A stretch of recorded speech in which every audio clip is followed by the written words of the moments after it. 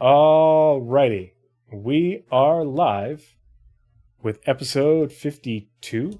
Boy, I hope that's right. That's what I put on all the announcements of the Pathfinders podcast. We are the Pathfinders plus one. Hi. And Honorary Pathfinder. Honorary Pathfinder. You've earned your honorary title. It'll pop up whenever you turn on your Xbox. And we are charting the way through all the nebulous information surrounding Star Citizen and its development. I am Tree0311 here with my partners in crime and co-hosts. Say Hello, hi. everyone. I'm Nazeris. Hi. And the spinny guy in the middle is ShinyHobo, the curator, purveyor, developer of the illustrious ShinyTracker.app. So yeah, this evening, or are you? We don't even know, man. We don't know what's real. This He has evening, enough insights. I don't know. it would be pretty hard for him to either fake he it. has the guy who makes the shiny tracker locked in his closet, or he's the developer. We haven't decided yet. I've just been making it up.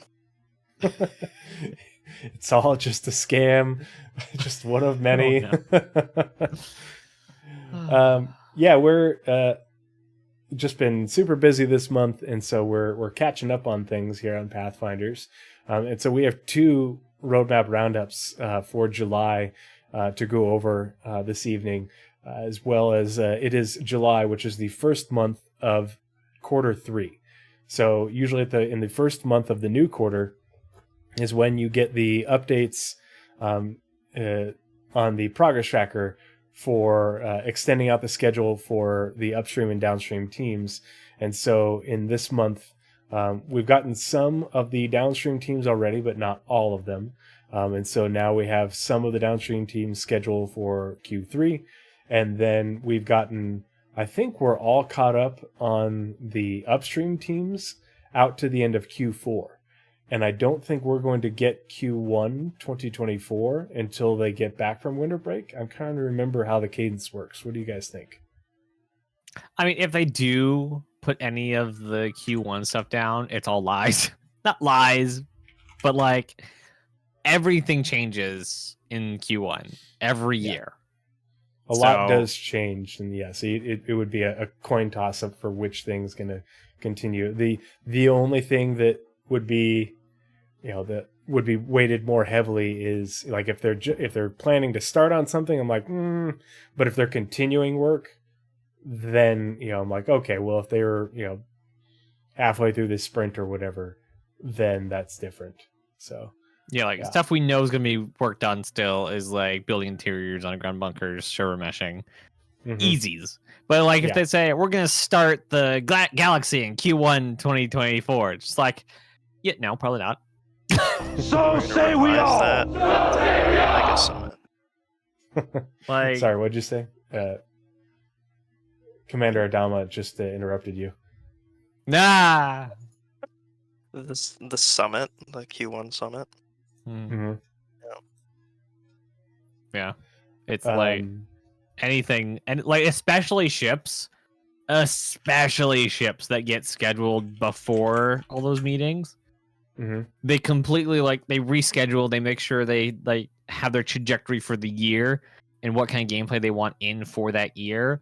And so any ships that they want in for that gameplay will either be yay or nay during that quarter. So if there's something in from the previous year, they're like, oh yeah, we should start working on the galaxy because the Polaris is being worked on, so we have the stuff and the team's already set out. And then we get to Q1 and say, oh, but actually we're going to be working on the next level of medical gameplay, so we want the Apollo, so we nix the galaxy for the Apollo. This is an example. Warning, there's nothing, this is not confirmed at all, just speculate. Not even speculation, just example. I'm now sharing the screen. Just because Jacob makes us in here, they're probably just going to delay the C1 until release. Yeah. The other thing we have this evening is just a casual conversation. It's something I wanted to talk about and bring up, something that just caught my mind. So it's going to be a scanner anomaly. But we're going to be talking about is Star Citizen too niche, and where it is right now and where it's going. Got a few interesting clips for you guys to watch, as well as just a few things to talk about, toss around the old melon, and think about, is Star Citizen niche? Is Star Citizen going to continue to be niche? And see what everybody's thoughts are, especially after we show some of the things we got planned. Oh, I am so pale in my camera. It is ridiculous. Yeah, that's the other thing that drives me nuts is trying to get lighting right so I don't look too pale but also too shiny, because I'm like, I don't want to steal ShinyHobo's thunder. I can't be the shiniest person on screen when we have ShinyHobo here. I need to have my forehead be somewhat muted. For some reason, my white balance on my camera either is overly orange or overly blue. It doesn't have a middle. Like it snaps between the two. I've found that it makes it a lot easier if I just have my key lights on and not the room light, which is above me. But the only problem is if I just have my key lights on, then it's really hard on my eyes. Like by the time we get done, I'm like, headache. This is what it feels like to be Nazeris. Yeah. It's just not good on my eyes. I dealt with that for a while until I found out I have white walls. I can turn the lights around and use the bounce light. So I just use the bounce light off the walls now. It helps a lot, but still white LEDs are just killer on the eyes. Mm-hmm. So yeah, I have the what do they call it? There's the brightness and the warmth. I have the warmth turned all the way down, and the brightness is at like 25% for each light. Just because I can't stand the white light. It is so hard. It's funny, every time you put your hand up, your white balance changes. Yeah. Well, and that's the other thing that throws it off is I've switched windows, and if the thing on the screen is really white, because I have to be fairly close to my screen because my green screen is only like 2 or 3 feet behind me. Mm-hmm. And the mic's here, so it is what it is. But let's get started. So let's see. We'll transition into the viewing window, and 3, 2, 1. Hopefully this works. Hooray! There it is. So yeah, we have the July 12th and July 26th Roadmap Roundups. And then, so there's a lot of, these were big Roadmap Roundups, compared to some of the ones we get. But then we also have, the Delta reports for both of those, which show the addition of upstream and downstream team schedules. So those are worth going over. And then I figured it was probably going to be a good thing to take a look at some mission feature stuff. Nazeris, do you have the Roadmap Roundups pulled up? Yes. Alrighty. Trying to look for my list of upstream, downstream teams. All right, so starting off with the 12th, right? Yes, right? that's one. Yeah. All right. Oops. So as always, when we read documents straight from CIG, we like to read the headers so that we can make sure that we know the purpose of said document. So for the Roadmap Roundups, I'm just going to use the one to cover them both because, yes, it is the exact same. And I think I'm a couple weeks now behind on the index. What do I call it? Repository database. I think it was index. Roadmap Roundup index. Anyway, happy Wednesday, everyone. Every 2 weeks, we accompany the Roadmap update with a brief explanatory note to give you insight into the decision-making that led to any changes. This is a part of an effort to make our communications more transparent, more specific, and more insightful for all of you who help make Star Citizen and Squadron 42 possible. With that said, let's go ahead and dive into this week's Roadmap Roundup, the CIG community team, and that is the exact same word for word with both of these. All right, so just want me to read through it all? You want to go back and forth? What do you want for it? Why don't you go ahead and read through it all, and Shiny and I can just interject as we have things to talk about. Obviously, there's a whole bunch of deliverables that showed up on these that caused a ruckus. I was going to say conversations. That too, yeah.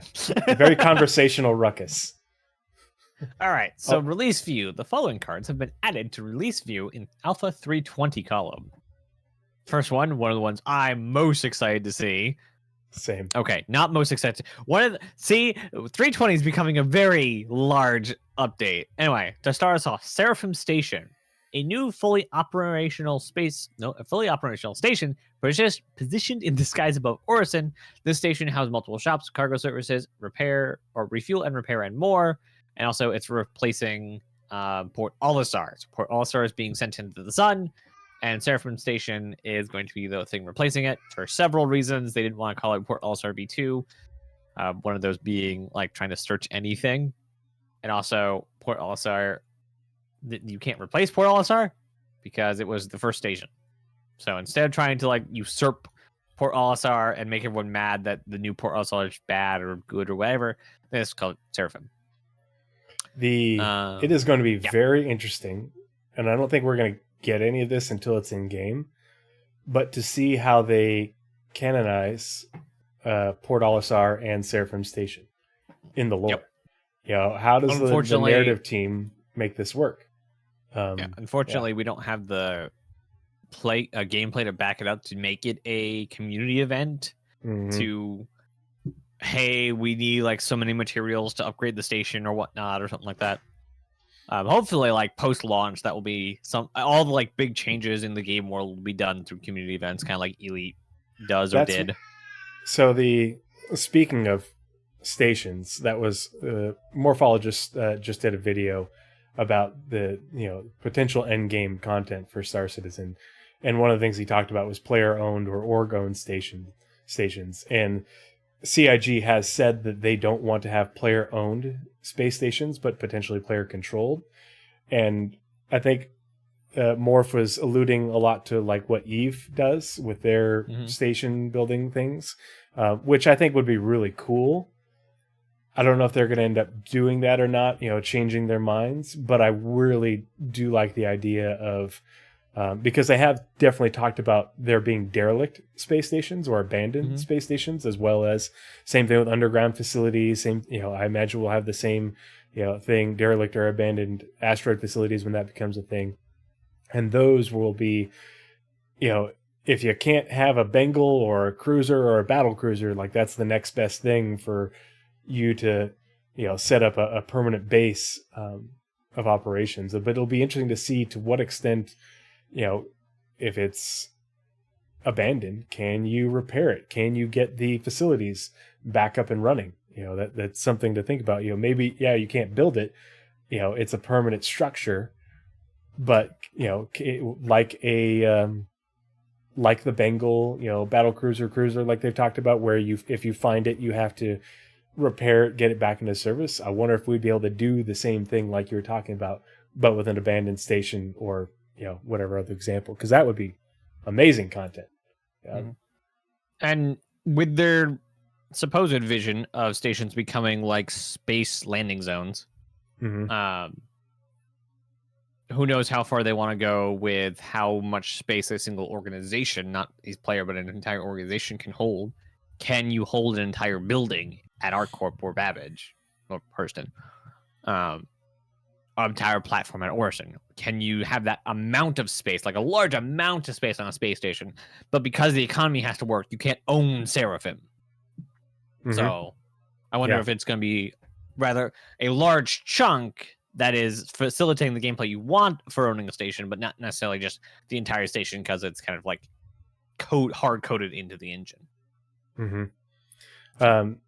The other thing that's interesting about Seraphim, and most people don't realize this, is that it's called Seraphim Station because the predecessor to Crusader Industries was Seraphim, or is it Crusader Industries or CI?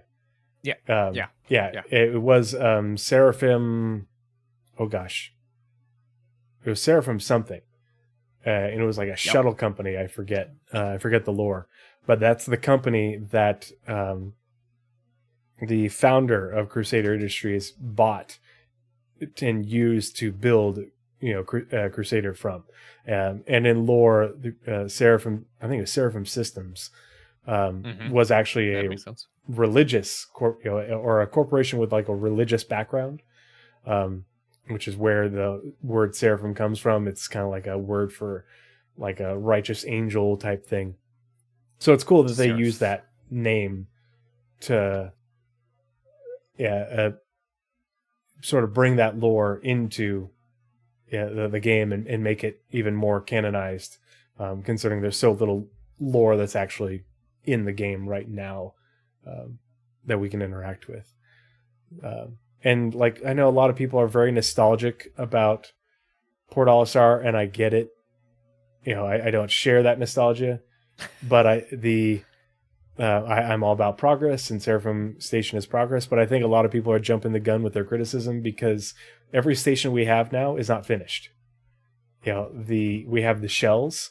The interiors are going to be massive. We only use up a small portion of the interiors right now. There's going to be a lot more variety within both in the interiors and in the exteriors in the future. We just have one style of station right now. And I think one thing that a lot of people may be taking out of context is, I don't know, and I've never seen anything to the contrary, so if you've seen something, point it out directly to me, but I don't know, and I don't think the low Earth orbit stations, your Seraphim Station, Port Tressler, Everest Harbor, by Genie Point, I don't think those are owned by the corporation that owns the planet. I may be wrong, but I don't think there's anything that says that they own them or they built them. And I think that's how, in lore, it makes it believable that all these stations are built using similar looking construction techniques and modules, that they're all built around the same time, built by the same corporations, and even operated by the same corporations. Yes, Rest and Relax, definitely operates the Lagrange point stations, but I don't know about the Leos. Their funding model was they go in at a large portion of it is R&R, and they get other money to come in and help. Yeah. And so they're there and they build it because they have such a fast way of doing it. Yeah, but a lot of these other companies, they're contracted. Like Shubin and things. Yeah. Yeah. They're contracted by this company to build them. Yeah. Like the gas refineries are probably by like Shubin or someone who has stock in refining would say R&R, hey, I need you to build this kind of station. Obviously, there's going to be traffic here because of this, and this. So we're going to go in this much with you and build a station here. Yeah. You can operate the gas station that's attached to it, and but we need a refinery here or a cargo deck here, and so on. If you're looking for more content on space stations, you really want to understand how they've been developed and where CIG's going with them. Recently, Space Tomato did several videos, a big old long, like 2.5 hour long podcast, like a 45-minute video looking at a bunch of stuff. And then also, if you are one of like his Patreons or YouTube channel members, sorry if you can hear the kids screaming in the background. It's nighttime and he doesn't want to go to bed. He wants to stay up and play. But yeah, Space Tomato did a bunch of really great content on space stations. So we could not have done it better ourselves. It's like, damn it, I wanted to discover that, but we gotta. We can still cover it. Everyone who covers it has a slightly different angle. So. But he did a really good job. So I highly recommend you checking that out. So yeah, sorry, tangent. Yep, nope, it's fine. All right, so number 2, going so fast. New Crusader platforms, adding 3 new points of interest in Crusader's atmosphere, providing new locations for missions and loot. I was shocked that was only 3. I thought they were gonna like push button. You now have outpost like quantities of stuff on Crusader to do.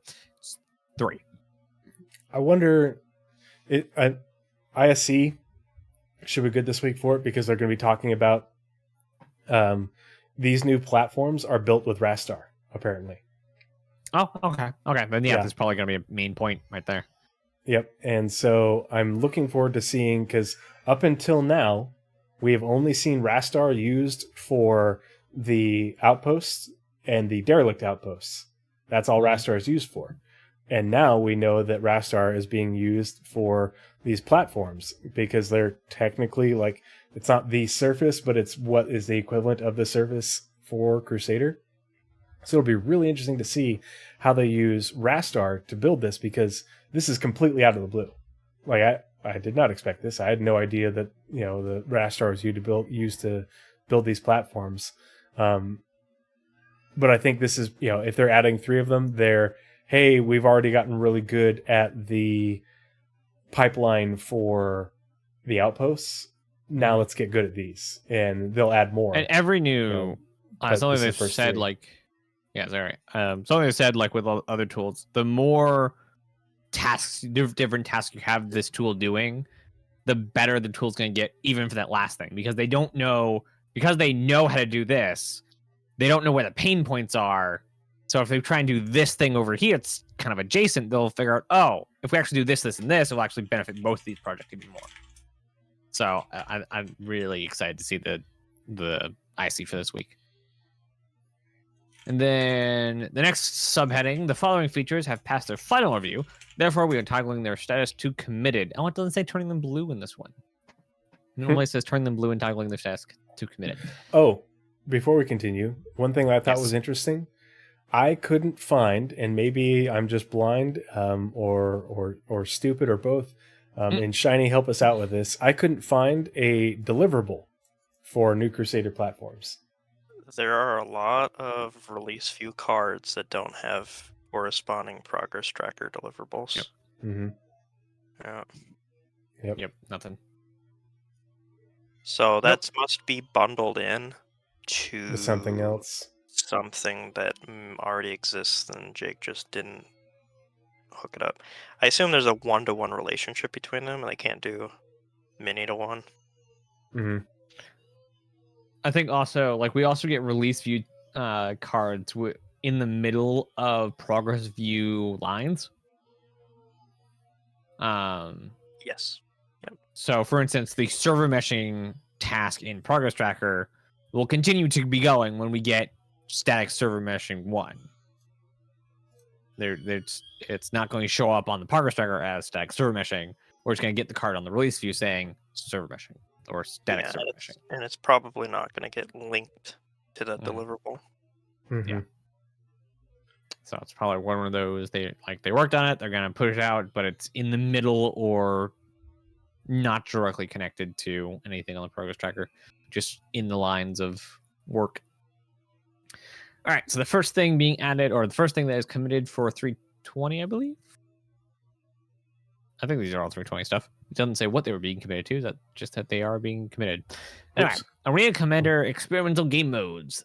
These limited time game modes range from simple twists on current modes to entirely new modes. This initiative will not only allow rapid iteration of game modes to be put in players' hands faster, but also allow all teams to gather vital analytic data for specific activities, equipment, vehicles, and in-development features.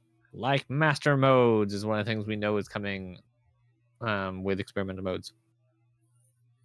Anyway, it's been in the leaks for the Evocati playtests for Arena Commander. So real looking forward to, obviously, like I haven't seen any leaks for them using it yet. I don't think I've missed anything, but obviously we're going to see this very soon. So I'm very excited to give it a try.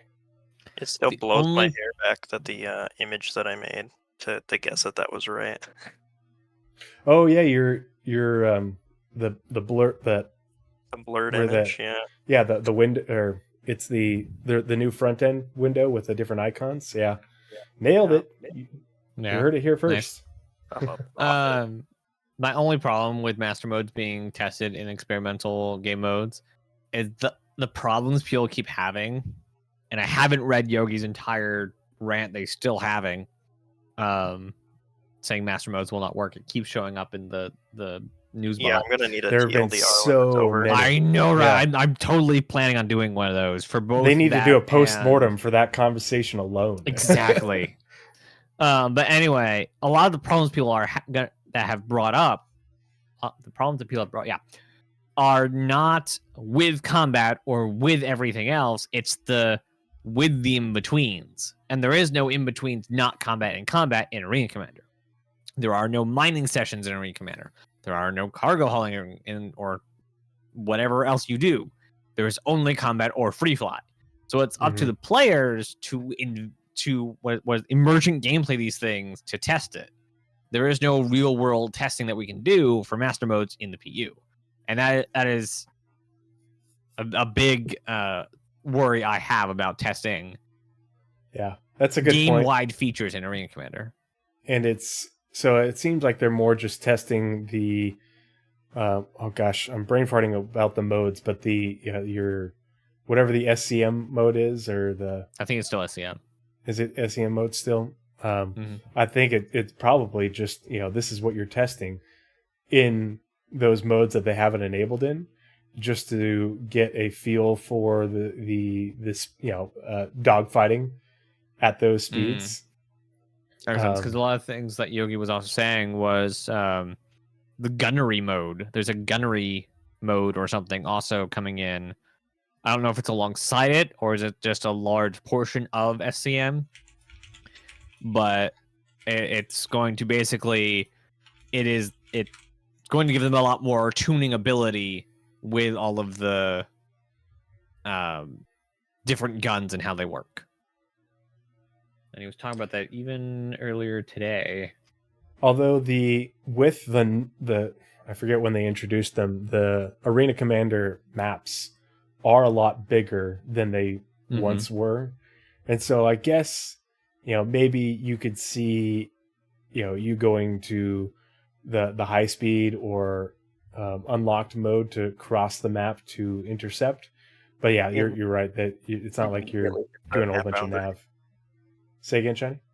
You just immediately hit the map boundary going into QCM. Yeah. And splat. Yeah. I wish that alongside specifically master modes, because it is like a lot of people's problems is that transition. I wish that with it they were bringing in like some specific test maps. So like say here's a mining map or something, like here's a planet to fly around, and you have this one mission you do. Part of the crew, part of the ship. Something. Part of the crew, part of the ship. Ultimately. Part of the crew, part of the ship. Part of the crew, part of the crew, part of the ship. Thank you, Othmion, for the follow. Good to see you, buddy.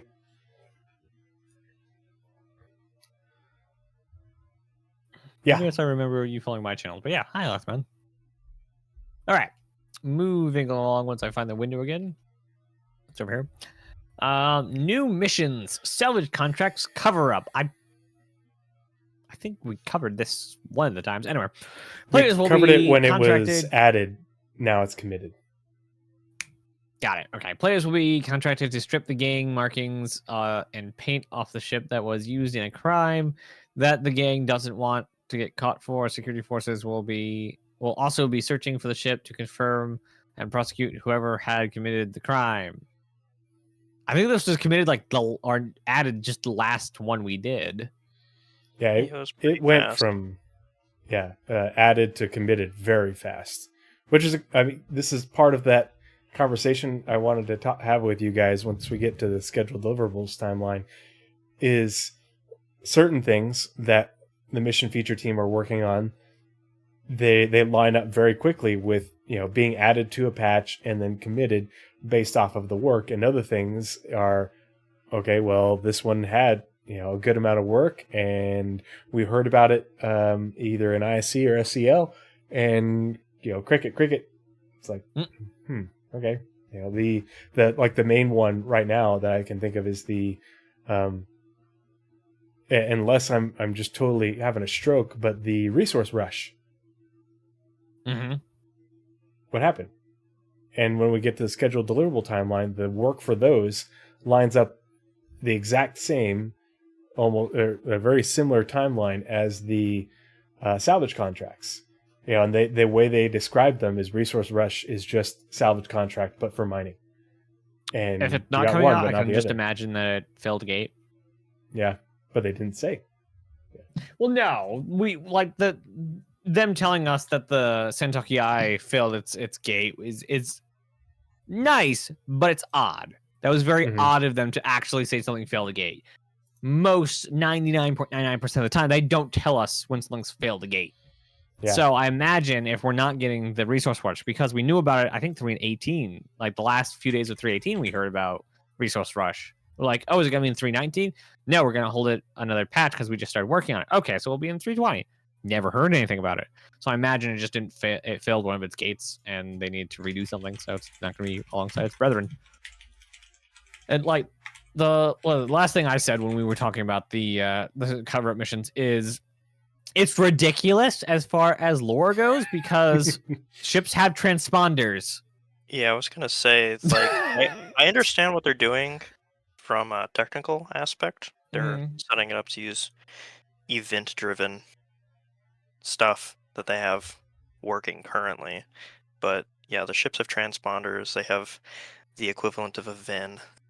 You stripping the paint from my car isn't going to change the fact that it has a VIN printed on it in 19 different places. When they scan it, you're just going to know. Yeah. Like, I would love that mission not have any hull? being added to the retrieval. Like, you go and you find the wreck or the derrick or wherever, and you have to EVA on board, or maybe it's crashed down on the ground and you have to pull out the flipping black box so that way they don't know. Or maybe have that be part of the salvage mission, saying, hey, not only do you have to scrape the paint, but you also have to get the black box. Because we already have the black box retrievals right now. Just add that in there, and that makes it more believable because you're covering all your bases. Not only does this, you can't see, but you have the black box thing that has the VIN imprinted in it. Okay, cool. That would make it a little bit more believable for me, but yeah. Or even EMP it. Something. Yeah. Right. Like it's a digital transponder, so it should be susceptible to EMP. That would be a really good way to. Like in my car, I've got a VIN printed in. Well, then they'd have to EVA and go check the physical metal of the ship. If they're trying to scan it, that's a digital signal. We're going to see it in the next Roadmap Roundup. The file scraping, or handheld scraping tool.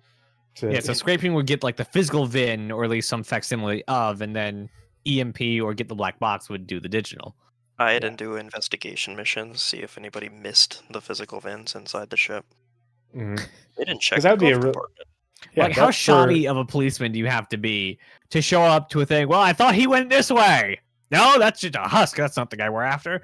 Like, I know the advocacy is dumb, but they're not that dumb. It's the Skyrim. You shoot the guard in the head with an arrow, and must be my imagination. Yeah, and then just goes back to his patrol. Could have sworn.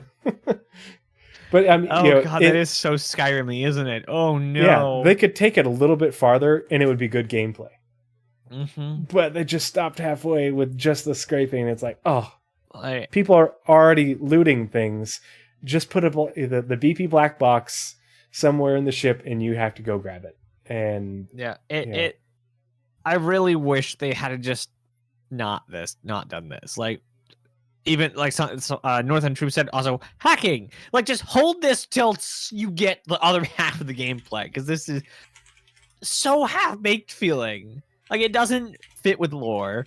It's gameplay. You can get way better gameplay. Like, it's just stripping a hull, so you can get more relaxed gameplay out of salvage without this anyway. Mm-hmm. So at most, you're getting a bonus for hull stripping, which you in a salvage ship you're going to be doing anyway. So it's very irrelevant. Very, very irrelevant. Anyway, moving on to probably the most anticipated feature of 320, the Mist Hull C, encompassing all tasks, including design, art, audio, and tech required for the implementation of the Mist Hull C's heavy cargo hauler.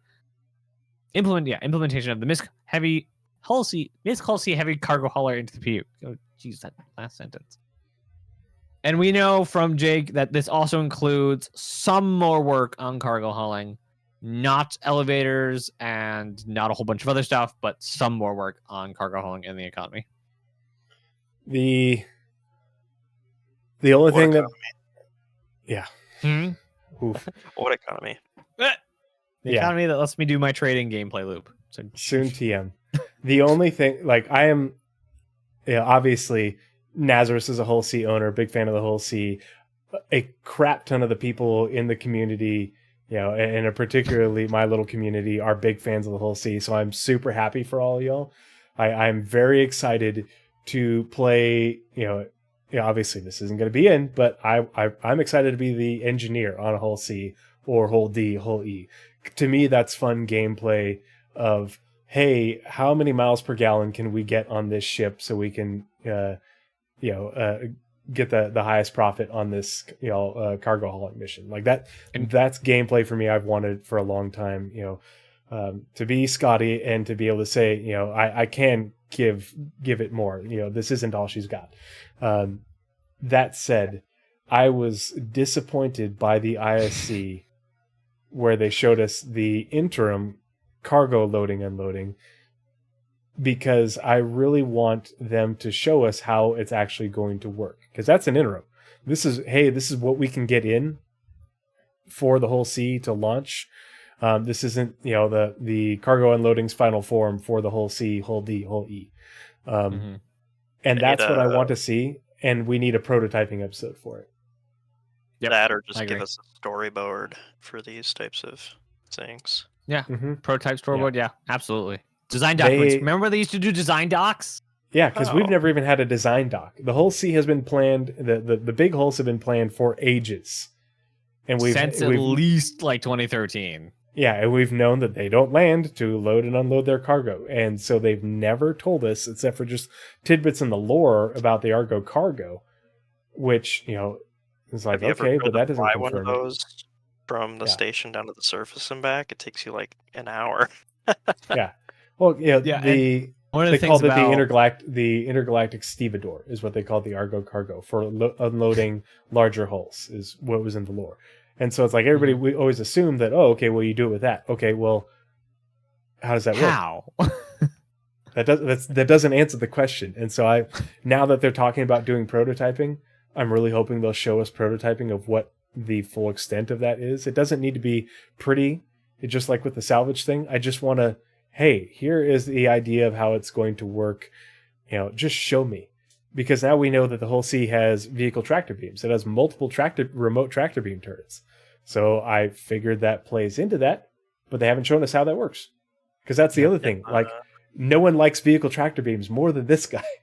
And if I can crew somebody's whole C and not only hang out in the engineering compartment and move this lever up and this lever down to make whole C go faster or be more efficient or be able to do longer jumps, that's cool as hell. But then when we get there, it's like, okay, let's power down the engine, do the nice quiet easy shutdown in order to take care of this Cubbins turbo quantum drive, and then be able to hop in a remote tractor beam thing and unload the cargo. Like, I'm all about that. This is why I'm so excited for you guys to have your ship, but we don't know how the things that I want to do work on your ship. Yeah, and as the engineer on a whole C or bigger, or even a whole B or bigger potentially, is one of your main jobs is shutting down the engines when you're not hauling cargo. Like, you got to make sure that you're not like 100% thrust every single time you turn on the engines, or else lots of windshield sized whole C little splats. Yeah, resource management is the way that you proper planning and resource management is the way with a bit the particularly the bigger haulers, because it's the greater return on investment for that effort of how you make larger profits on cargo missions and whatever. And to me, that's fun. That's good gameplay. I don't have to be constantly shooting people or healing beaming them. Yep, we've been waiting for so long for not being able to shoot people. It's ridiculous. Yeah. And then the last thing on this roadmap roundup is wheeled vehicle handling improvements. This is like the third time we've seen this tile or a tile like it. Just give us a mouse wheel. Please give us a mouse wheel for vehicles. Updates and improvements to the current ground vehicle movement parameters and simulation, allowing for more robust tuning and identity between various ground vehicles.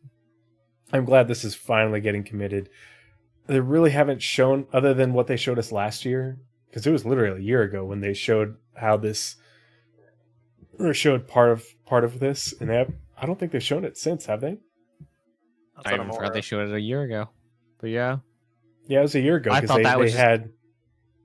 That was part of that. Oh, I thought that was just going to be... I thought that was added just somewhere along the line. Yeah, no, there was an ISC where they showed some of those improvements with the things not being as slidey and all that. Yeah. I know that wasn't all of it, but that was part of it. I would really like the vehicles to feel heavier instead of like ramping off a thing and going 1,000 meters into the air. Just like, especially like the Ursa, it's supposed to be big and heavy and just kind of like lurch over things. Yeah. Like I want it to feel like a vehicle, not a BMX bike. Shiny, you were starting to say something? Oh, sorry. Was I? Did I say something? I thought you did. I don't know. I just keep on watching you spin, and then I think I hear you. Yeah, he turns around and he goes, huh? And, nope, never mind. What? Nope. I don't know. All right. Yeah, that's it for the July 12th Roadmap Roundup. And like, this is like things getting added to the release view for 320, but then a bunch of things being committed. So this was a big one. And this was also for July 12th is when we got a bunch of the upstream, right? Or was that in this most recent one? There's a bunch of changes, so... We got a bunch both for both updates. It was mostly upstream, and then we got a little bit more than half the downstreams. Should we look at the Delta report for this update before we go on to the next roundup? No, because I think that's going to be a lot more ranting of the same things. So I think we should do both the roundups, then do all the ShinyTracker stuffs. I was going to say the wheeled vehicle thing was 14 months ago when they showed it to us. It was from the All Sprint Report 3. Dude's got dates. Yeah, it was May 12th. Yeah. The man who makes the roadmap has dates. It's shocking. Anyway, Progress Tracker. The following deliverables have been updated to the Progress Tracker. So not in any update, just on the Progress Tracker for now. This is the July 26th Roadmap Roundup, last Wednesday. Yes. New missions, Steal Evidence, a criminal mission type where players are tasked with infiltrating security post Korea specifically for some reason, and stealing files from Crusader securities for a hefty payout. Why did they not also do this in Clasher? Oh, that would be cool. I forget that I saw a video come across on my recommendeds the other day, breaking into Clasher. Mm-hmm. Yeah, that requires you to like knock out your friends and tractor beam them and then heal them. It's definitely should be supported gameplay. I think we'll probably have, we're going to have those missions eventually. This is probably just the first go round of them. Interesting that they and also like Korea, I imagine though. a lot of these missions are also being developed also with underground facilities in mind. Guaranteed. So where it's Steal Evidence, sure, we're starting with Korea because it's a security outpost, but also, what if you're trying to steal from Bering, like in the Belligerent Duck story? Mm-hmm. Like, it's still going to be a Steal Evidence mission, but it might be from someone specific. Think of all missions, for chat, not necessarily you guys, because you guys probably know. All missions are basically a set of modules that are being developed that can be used in lots of other places. So where you have the Steal Evidence and all of its intricacies that go with it, it can be used in many different places. Let's say a legal one where you're trying to steal something from bad guys in Pyro for the advocacy, and the advocacy don't want to show their face on Pyro because they're being murdered. So all these different mission types, the salvage contract cover-up, I'm sure that's going to be used elsewhere for something. Cargo hauling, Steal Evidence, Steal Recover, Restoration Contract, Shop. Oh, that's reputation. So, like, and all the ones we've gotten so far, like, all of these things are working on a library to put into eventually the dynamic mission system. Yeah, they're all just event hooks. Mm-hmm. Mm-hmm. Yeah, things that will get triggered by, if this, then mission. If this, then mission with these bits, or this mission with these bits. Yeah. And eventually they'll be able to string together all of these hooks to actually make what I would call missions and not tasks, as a lot of the missions currently are. Yeah, quests. Like I think of missions as much longer endeavors. What we're getting is go here, pick up this. Like a single box delivery mission is a task, not necessarily a mission. Yeah, it's a contract. There's a contract job, or it's a simple thing. Mm-hmm. I like things. The next one, yep, and the next one is new mission cargo hauling. So again, this is only on Progress Tracker, not as far as we know coming in 320, and probably not. We're pretty close to 320. Should be showing up. We'll look at these when we look at the Delta reports and such. But yes. Yes, okay. Making use of the freight... Oh, yeah, no, freight elevators are not in 320. Anyway, making use of the freight elevator feature, this mission type will have players hauling large quantities of cargo to earn both AUEC and reputation. So yeah. That's the best part. This is literally what people have been talking about for like the past year. This has been the feature around cargo hauling and trading for a long time, but has been very lively over the past year. Trading is what we do now. Whole C was added to Roadmap was added to the release view in May. Everybody's like, okay, we're cargo missions. Yep. Okay, here we are, Yep. a couple months later, and now they're working on them. Thank God. So trading is what we do now in game, and that's your own money, buying buying an amount of a commodity and finding somewhere to sell it, whether that be holding on to it till the demand's higher or going to find somewhere where the demand's higher and then selling it at a markup or whatever the market is there. That's trading. That's what we do now. Cargo hauling, the thing that the whole CD&E are built for, are not that. You're not supposed to be, or at least lore-wise, you're not really supposed to be putting up 5, 10, 20 million in trading money and then trying to find somewhere who wants that much stuff without needing that much stuff already. So who's just going to buy it off the open market? 30 million credits of scrap. Mm-hmm. So cargo is hey, this company is buying this much cargo and need it transported from A to B. That's cargo hauling. And that's what we're finally getting with these missions. The freight elevators have been a key part of this because they didn't want to shoehorn a new feature into an old system. So even with the Hull C now, we're getting this in between. The cargo hauling is still the next. So they could have, I think, and I hate saying this, but delayed the Hull C until this came out. I know. I could already hear people screaming at me because I'm kind of screaming at myself. But like, freight elevators are that feature that is basically it's the PES of hauling. So this is just a classic example of they planned for these things to line up. They planned for them to line up, but this and the freight elevators, freight elevators I don't think are relevant to the whole C at all. But until we get confirmation on how that loading unloading works, then we don't know.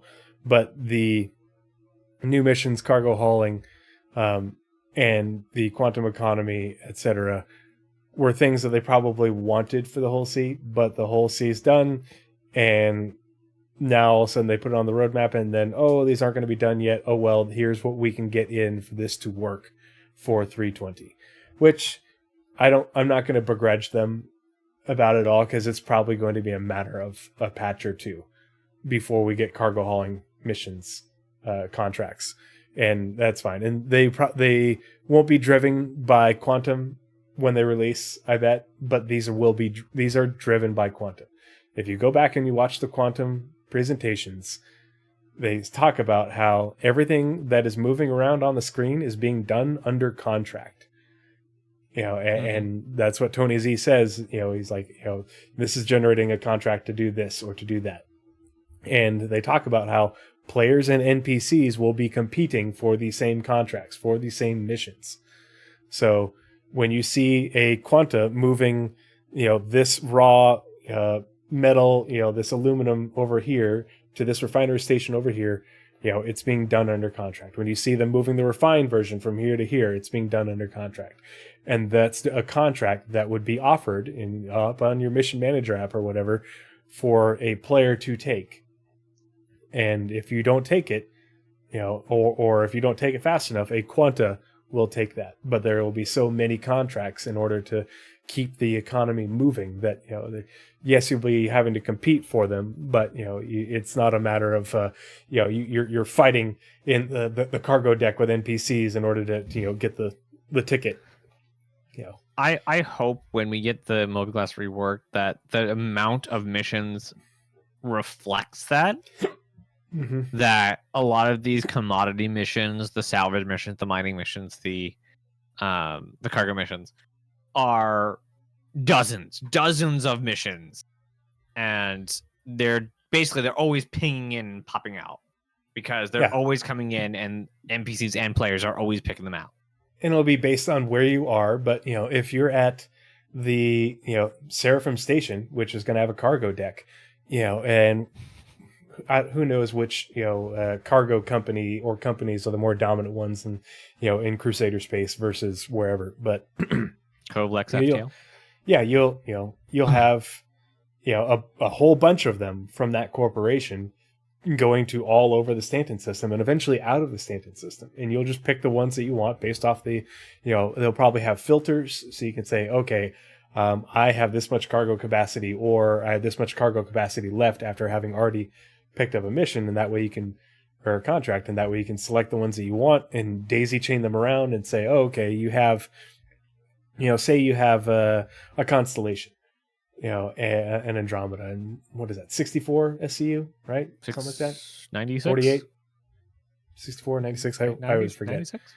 Keep throwing numbers. And so, several dozen SCU, and you could split that around between multiple different contracts in order to get your cargo hold as full as possible, pick the ones that are going to the same destination or near destinations, and daisy chain. And that's how you make money. That's how you're more profitable. That, along with being efficient with your ship and your expenses. But I also hope with the mission manager rework, they're also going to give you a distance to player filter. So if I'm in Babbage and I sort by just within my 10 million kilometers, it's just going to get me missions going out of Babbage. Mm-hmm. But if I say, okay, give me the Stanton system, I'll see all the cargo missions within Stanton, or all of the bounty missions, or all of the whatever missions we're doing. That way I can say, oh, I know that mission is farther away because I can filter it and it goes away. That would also be really good for when we have multiple systems too. It'd be like, okay, I got a contract, here at Seraphim Station, and this one is going to take me to Castra, and I need to see if there's other contracts, but I'm not full up. I've got more space. I need to see if there's other contracts within the system that I can pick up before I leave, in order to, get more full. And then maybe you make a stop to refuel in Terra and try and pick up another contract. But it's the same, other games have done this many times. It's just faked. Whereas this is a full-on real demand. A full-on demand economy that generates the contracts to move these things. So, and there was something I was going to say. Nope. It left something about... Oh, that's like the biggest thing we have problems with is like when we're doing missions or we're looking for missions in the game right now, it doesn't say this is around this planet. So we see some of the ones that are elsewhere, but for the majority of missions, you have to actually go to that planetary system to find those missions. So if you're in Crusader, you're not going to see the A90 missions. They don't spawn over there. So but you'll see bounty missions from anywhere. Yeah. So hopefully we'll get a filter for that. Yeah, they don't tell you until after, some of them will tell you, but a lot of missions don't tell you. And you pick it up and then you're like, oh, this way the hell over there. Yeah, or you don't understand that there's like dozens more missions because you have to go to the other planetary bodies. Mm-hmm. So, yep. All right. So next one being new mission, steal recover cargo. So this is not the same as steal evidence. So this is steal and recover cargo. Steal and recover cargo missions will see players recovering and or stealing cargo from both derelicts and active ships, then hauling the cargo to its intended destination. Interesting. I'm pretty sure that somebody was talking about this. One of the devs was talking about this. Somebody had thought perhaps that this was going to be against players. It's not. I'm finding the Reddit post right now. Okay. I'm trying to. I thought it was today. I thought that was a Spectrum reply. Well, yeah, Spectrum reply. It's in the Star Citizen News channel. Let's see where. Yeah, you'll find it eventually. So it's another flavor of cargo hauling. Just the difference is how you get there. Instead of starting off with cargo, you need to go find your cargo. This is gonna be your cutlasses, your caterpillars. This is where those guys shine. Cargo hauling, whole scene, Hercules, win that every time. It's gonna be a lot harder to do that with those big ships, to pull up next to a ship and chuck everything onto. That's what the Caterpillar is built for. And stuff like the whole A and B are much more easy to pilot into interesting situations, but also not a lot of guns on them. So it just gives a little bit of flavor in with your cargo hauling. Okay, what you got? That's not the right post. It's related to it. Oh, here it is. It's the other one. So this is actually in the Roadmap Roundup Spectrum post for this nice. Roadmap Roundup. And someone asked, here we'll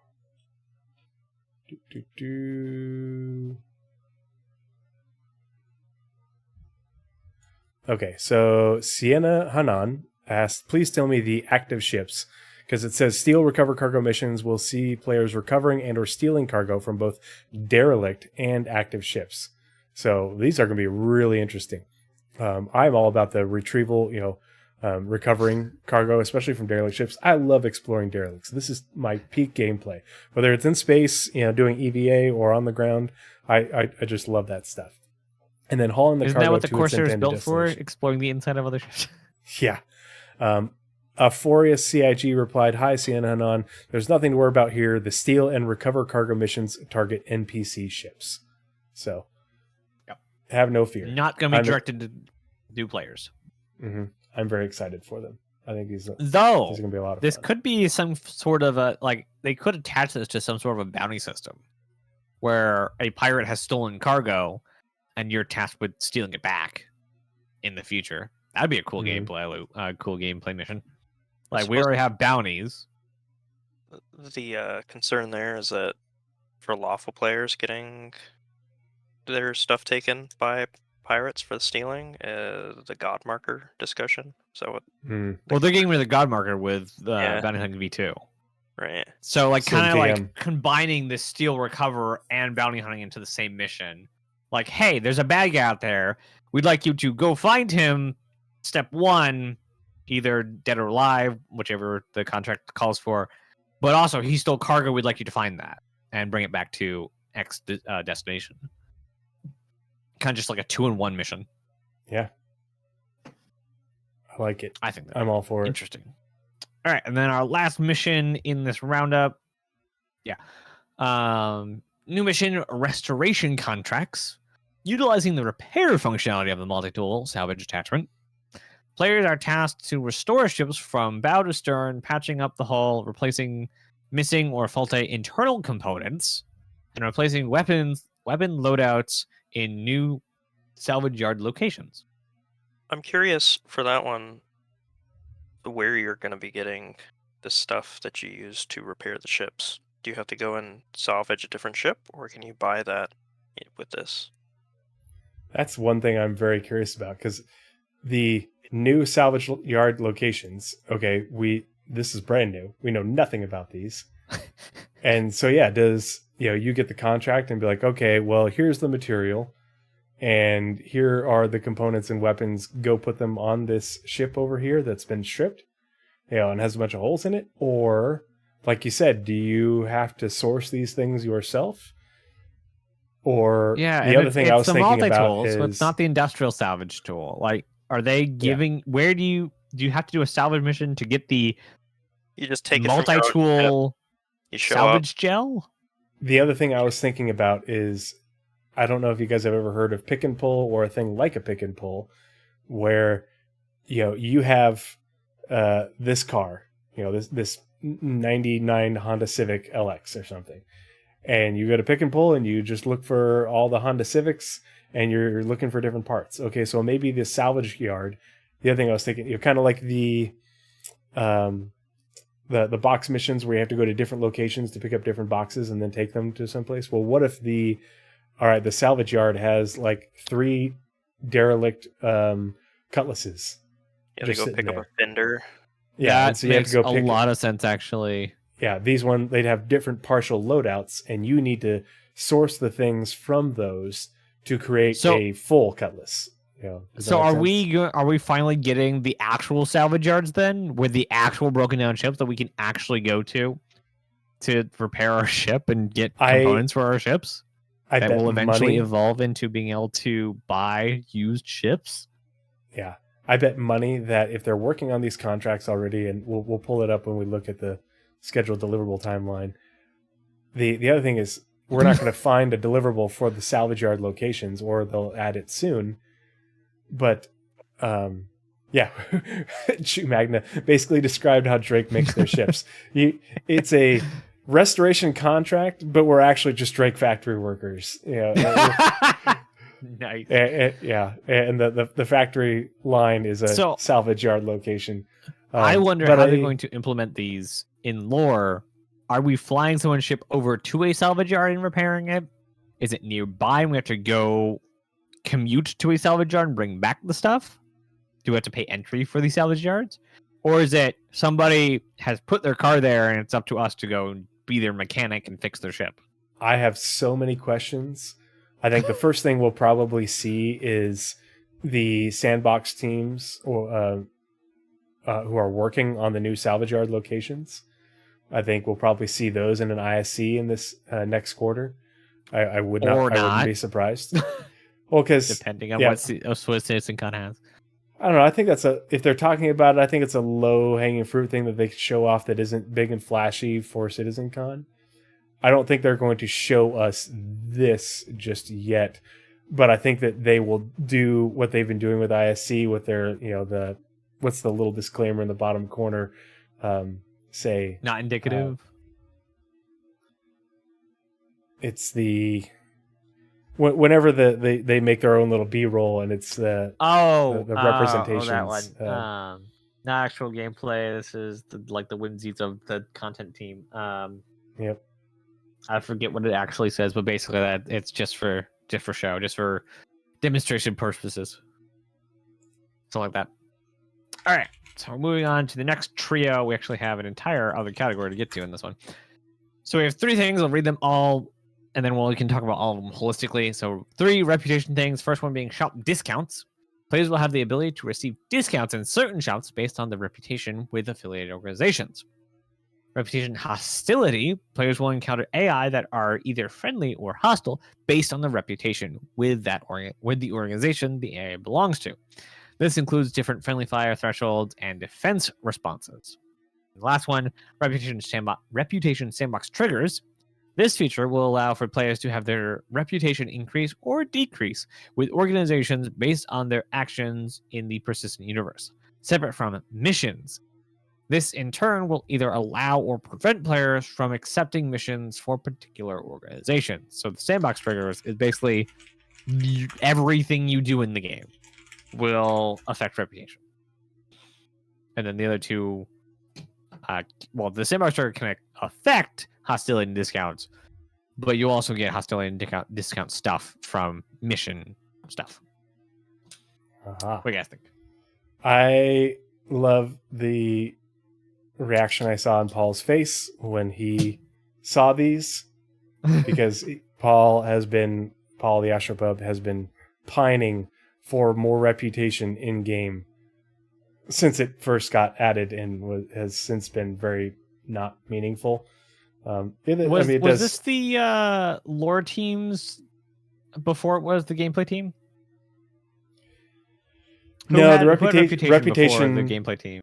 Reputation was owned by Systemic Services and Tools, but they built the foundation and the framework, but then it didn't go anywhere. They were waiting for.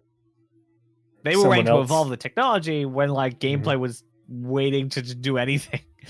I'm like, the gameplay team, the mission feature team, is just so on because their tasks are very small, but have like they're the mission feature team builds like Lego, little things that will eventually build big things, and so they're able to like just throw out stuff one after the other, and they can circle back and start weaving these things together into a much bigger structure.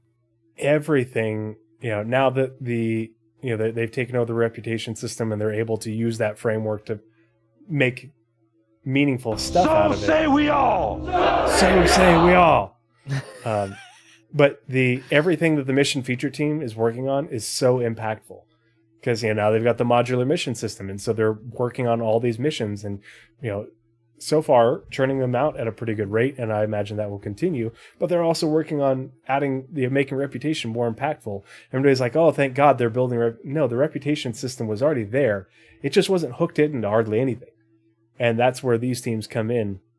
But that's it's so awesome that everything they're doing is so impactful and likely has a pretty decent turnaround time because the framework for these things is already there.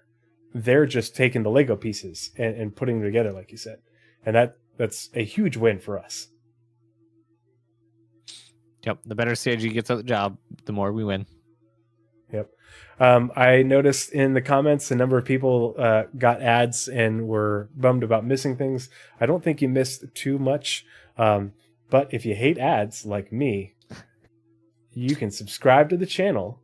You don't have to see ads, and all the money goes directly to charity. It doesn't buy Trees coffee in the morning, which I don't drink Starbucks or anything like that. It goes to charity. So it's all for a good cause. I'm hoping to be able to stream more often and everything. I wish I could make more content for you guys, but just know that any monetization from my content goes directly to charity. So if you hate ads and you don't want to watch them, then subscribe at the cheapest level, and you don't have to see ads, and you know that it's going to a good place. So we appreciate you, even if you are suffering through ads. That you suffering through the ad, that goes to charity as well. I don't even know what ads I get. Why as a society have we accepted ads as a thing? Like, we don't have to accept this, but we do. I loathe them. Everyone does, and everyone's like, I hate this. I hate this with every fiber of my being. Guess I'll just wait till it's over. Just like, I guess like there is no like obvious alternative. I mean, there is ad blocker. That's a thing. Yeah. But like, I don't know. Like, as on whole, by and large, society has just rolled over on this one, and it's a holdover from TV that we've all like just held on to. Like, guess we just do this now. Yeah, YouTube has me over a barrel. I know I paid for YouTube. I don't watch any ads on YouTube. Like, it's like, oh, I'll pre-download this video that we probably want. Now, I don't want you to download any videos. I just don't want to see ads. Go away. Yep. I do that. Like, not seeing ads, and then the other thing about YouTube is because I'm a big fan of Paul and the Astro and Space Tomato, and they have long form content as well. Is I can download the Captain's Table or Office Hours or Citizen Central. Become best friends. Yep. Thank you so much for the sub, Chew Magda. I appreciate you. Thank you so much for supporting StackUp.org and the content that we do here. But I can download those things on my phone and listen to them when I'm driving around in my car, listen to them when I'm at the gym, listen to them when I'm running, listen to them. I'll download them on my tablet. So and have that playing get so up on news. Yeah. When I'm cooking, when I'm cleaning the house, when I'm taking care of the kid, I have that playing in the background. And that's how I, watch and listen to all these things, because I always have it downloaded, and that way I can take it with me wherever I'm going. That's a good way to like distinguish our pools of knowledge. You're good up on like current news, and then I'm good on archived news. Like I've been here for several years, so I've had the time to sift through it all. But I don't watch nearly as much like day-to-day content on it. My job helps with that too. ShinyHobo just donated $15 to stackup.org. Thank you so much for the support, ShinyHobo. You are a legend. The greatest, shiniest, and most legendary hobo there ever was. Thanks, buddy. I appreciate you. I don't know. I think the entire founding of the U.S. would have him beat now. They were all hobos at one point. No, I see lots of homeless people in my line of work, and yeah. That's sad. They are not shiny. That's the other part is my job. I have lots of tedious tasks during downtime, and so like when I'm doing my equipment checks in the morning when I start shift, I have my phone playing, and it's Paul or Space Tomato or somebody, and or Super Mac Brothers, Board Gamer, playing in the background while I'm doing those things. So yeah, this is me internalizing my goals to be in that echelon. Yeah, the problem is in order to have downtime at work, you have to do awful work, like taking care of ultra sick people who are constantly trying to die on you and often do. So that's the trade-off. Yeah. No, I have the kind of downtime that nobody orders a product from our specific store.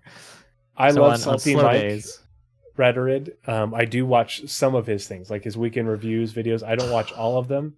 It takes me so long to like build up the chill to watch his stuff, because most of the time he's good. He's decent. Yeah. But I can't watch the things where he's interacting with his community. I can't. Most of the time, I just like even a lot of Nubifier stuff. Not Nubifier. Nubifier is great. Not Nubifier. Morphologist. I still have to like, okay, put out a video. Let me watch it. I still didn't get through his station one. I have a very, very fragile state of mind, apparently. Yeah. I love Salty Mike. So I was on the, what is it, Citizen Central? Is that the name of the podcast with Space Tomato that was on this last weekend?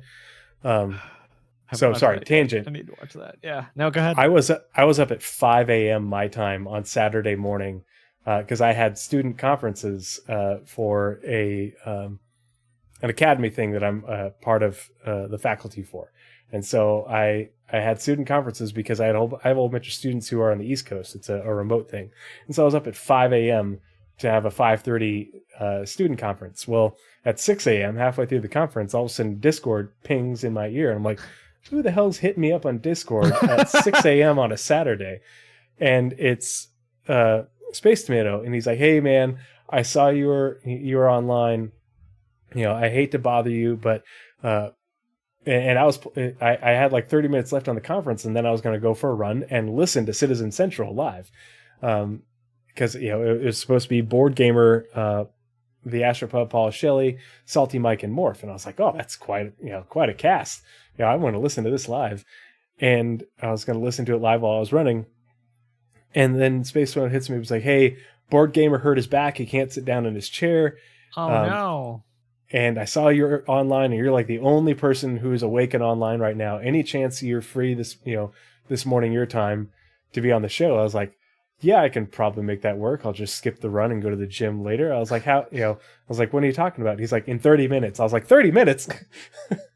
And so I'm in the middle of a conference call. Up, morning drink, slams down on the keyboard. Literally what I did. And so, and so my students, are you okay? I was like, yep, sorry. I just had a message come in, an email that I was not expecting. And I get to do fun stuff, guys.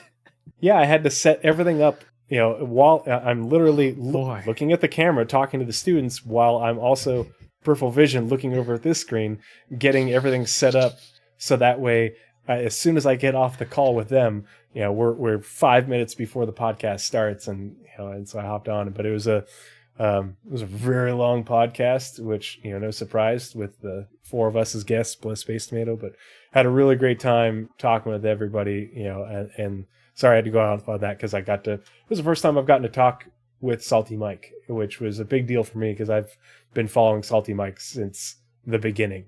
And, and obviously, big fan of Morph, been following his content forever. You guys have seen me on Paul's show before, and I've been on Space Tomato stuff before, but it was pretty incredible to be on there with all four of them and had a really good time chatting. It yet. Yeah, he hasn't posted it yet. I will admit I did come off saltier than I normally do, just because we're talking about things that I am critical of CIG for, and generally we don't talk about those things very often on this podcast, but mostly it's because of communication stuff or prioritization, which I have critiques of CIG, but I also love CIG, and so I feel like it was pretty balanced, a pretty balanced discussion. Well, the second he posted, I will try and watch that. I just queued up like 10 different videos that I need to go watch now. The only videos that Salty of Salties that I can of Salty Mikes that I can watch are where he's not interacting with his community. When he's live and interacting with his community, I can't do it because his community is way saltier than he is. Like Salty Mike is like low sodium soy sauce. It's still salty, but it's not nearly as salty as the full tilt soy sauce. I like going in there and stirring shit up. Oh yeah. I think that's like half his community, and so everyone's in there always stirring crap up. So it's always super salty, and just like sometimes, like I've been in his streams a couple times. His community, like the chat is most of the time repulsive, not like in a derogatory way, but like it is there to get people back to leave, to go away. Yeah, but he's generally a very balanced guy. I just think that when his community is coming at him full tilt like that, it drives it in a different direction. But they're good at critical thinking too. Yeah, but I really appreciate his point of view and the things that he says. So, yeah. Where's that one from? Apparently it is up, and I'm just dumb and blind. It's fine. It's privated, unless he posted it already. I don't know. Oh, okay. So he's probably just waiting either for his schedule or don't open it there. Oh, it's unlisted right now. Yeah, unlisted. Yeah, the original live recording I think is still up there, but it's unlisted. But you have the link, you can watch it. And posted it later. Yeah. All right. Now I have another video. I have up to 114 tabs. Oh boy. Yeah. All right. Where are we? Oh yeah, we still have another thing. Yeah. I lost Windows. Hold on. There we go. Release view. All right. Physicalized cargo updates. So the following cards have been added to the release view targeting 320. So this is what Jake was waiting on. He said as much in a Spectrum post.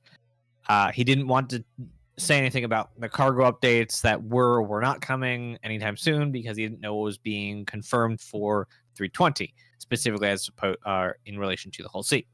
This is that post. Physicalized cargo updates, adding new functionality to accommodate the release of the Mythic Hull C. This includes both automated cargo loading at LEO stations as well as SCU containers up to 32 SCU. I imagine that last sentence is talking about when trading, you will not be getting one SCU boxes. If you buy 32 SCU worth of commodities, you will get a single 32 SCU box. I cannot wait to fill anything like as well. I want to do still some cargo running with this Hercules because seeing those giant boxes in the cargo will just be nice. Also, that's the give other us thing. Viable containers Is how? Oh gosh, yeah. Well, so I want to assume, but I'm hesitant to do so. But it says, as well as SCU containers up to 32 SCU. I'm assuming, but I'm hesitant to do so, that this means everything between 1 and 32 as well.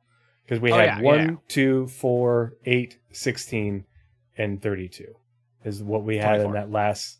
Was there a 24? I'm pretty sure there's a 24. Someone find that image because it was in the leaks a while back. But anyway, I want to assume that those are going to be in there as well. And I'm very curious to see how it goes about, because right now we still only have cargo trading. So it makes sense if you have a cargo or a cargo hauling mission. If it says, "Oh, okay, I'm going to give you this much SEU," and it'll break it down into the right amount of containers in the right size, and they can have any other combination.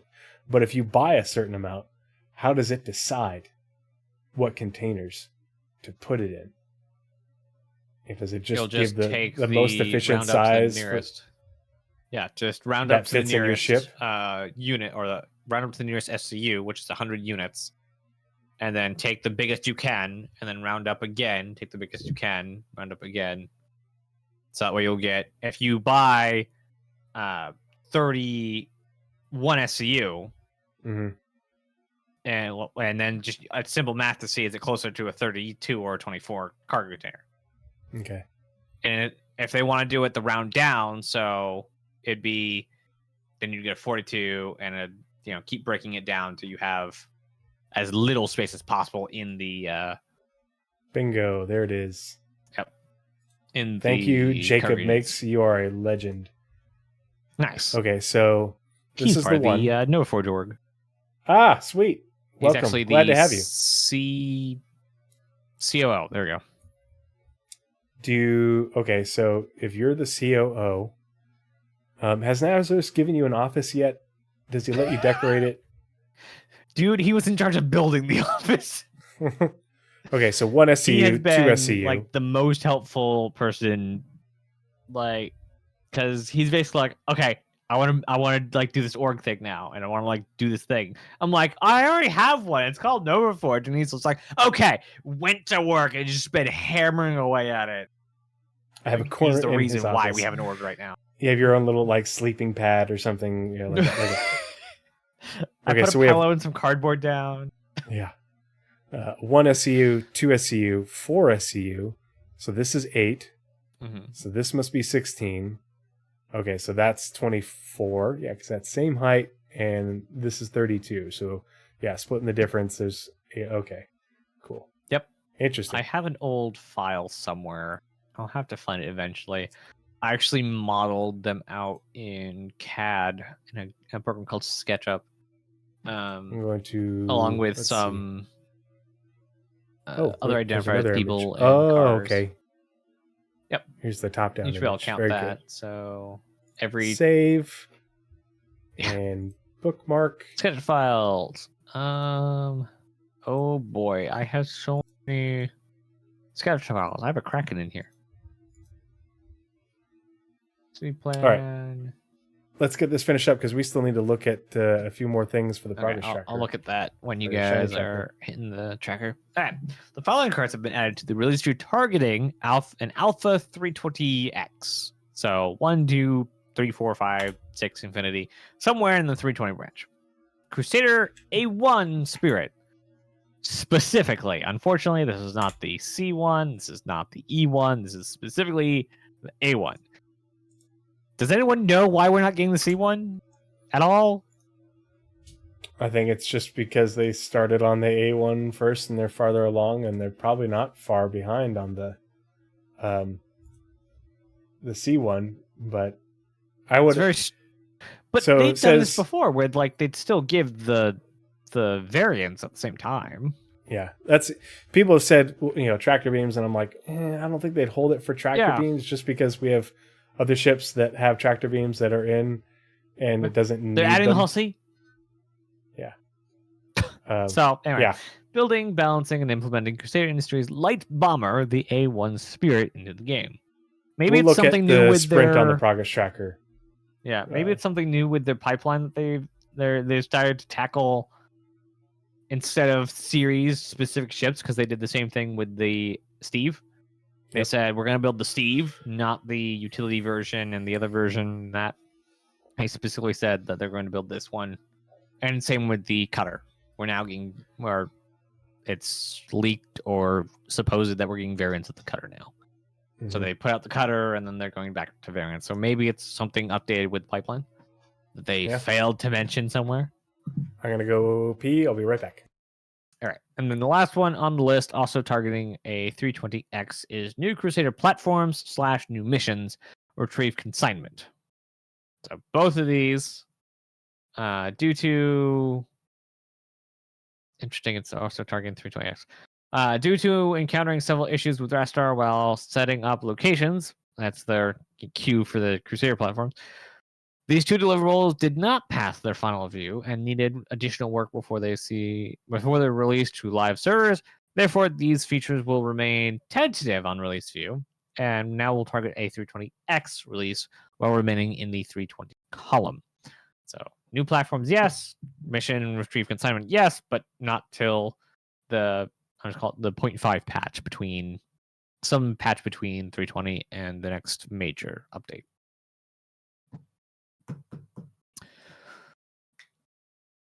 Any thoughts on those 2 deliverables there, Shiny? Not on those 2, but on the Spirit, I suspect that one of these 15 teams that I listed out for free earlier today must be working on the Spirit, because it doesn't look like they're working on it for like 4 months, despite the fact that it's confirmed or added for a 320X patch. Yeah, that's interesting. It's just definitely missing something. Like the downstream teams? Yeah. You're talking about? Yeah. Something in there is missing. Is the Spirit supposed to be a squadron ship? I doubt what I've heard. No? All right. Yeah, I mean, you can look up on the actual progress tracker. Because those are the teams that got delayed. Oh no, I see my dad. Eminence and Shadow said, I hope to see one will have a higher SCM speed than the MSR. Almost guaranteed. Smaller ships have faster speeds. Oh, okay. Generally. So, huh.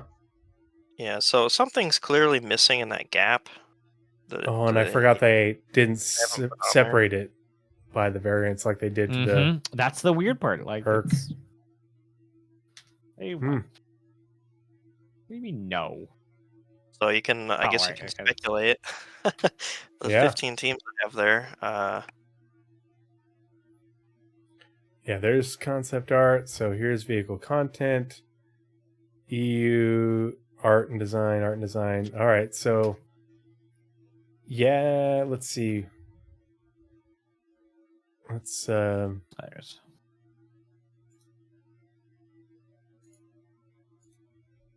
Yeah, and it is not labeled. It is labeled only as a starts, not a Squadron 4-2. So no Squadron stuff. Let's see. Excuse me, cat. I think my favorite. VFX is definitely a downstream team that works on ships. VFX, vehicle feature, vehicle experience. Yeah, but vehicle feature. No, vehicle features upstream. Yeah, that's interesting. Huh. Vehicle. I wonder if maybe they experience die. There are a couple of things that I have on here that I don't think exist anymore. Vehicle experience got rolled into vehicle feature. Okay. Yeah. Audio, VFX, interactables, lighting, narrative, physics. The other thing that we could be, we may have gotten part of the vehicle content team's schedule, but not all of it. They may have some of the people's schedule, but not all of them. I mean, I think that's less likely, but it's potential. Let's take a look at the Delta reports first for the July. Is this the right one? No, this isn't the right one. How did I click on the wrong one? Very carefully. Oh, we didn't have a Delta report for the 712. Okay, so we've already covered this one. We've missed 2 this year. What? We've missed 2 updates this year. Total? That there just wasn't one? Because it broke? Yep. I'm kind of expecting it to break next week, so we have a cadence of 1 month things for the rest of the year. Yeah. They're like, oopsie, once a month. Forgot. Oops. Okay, so we have... All right. Here's the Delta report for last week. Okay. What is that? What is what? Delta report. I don't know what that is. Oh, he's asking you to explain what the Delta report is. No. Actually, No. that's a good idea. ShinyHobo, why don't you explain? Because we have you here, and there are people who are new here, or people who are relatively new, and then people who are going to be watching on YouTube. Why don't you explain what the Progress Tracker Delta report is, and then Nazeris, if you want to get started on going down the. We already know what the deliverables added are. But if you want to go down and just update everybody on how many, it's this team, but with an engineer, and I will be right back because I just need to grab some water. Is that okay? Okay. Yep. Yeah, I've never seen this in my life. I have no idea. The Progress Tracker Delta report is a report printed out by a Discord bot that I made last year that pulls down all of the information available in the backend that makes the Progress Tracker possible, and it compares it to the previous version of that pull down. And it lists which deliverables were added, which ones were removed, and which ones were updated. Those include card details, like release view card details, descriptions, how many engineers are working on them, the number of tasks that they have. And then I do some magic math associated with part-time and full-time work to make a guesstimate of how much workload that is for those developers. And also I put the pretty pictures in there and say which release they're in. Yeah. Which culminates in very helpful information that gets us a much clearer image of what's actually being done. Yeah, it's a change log.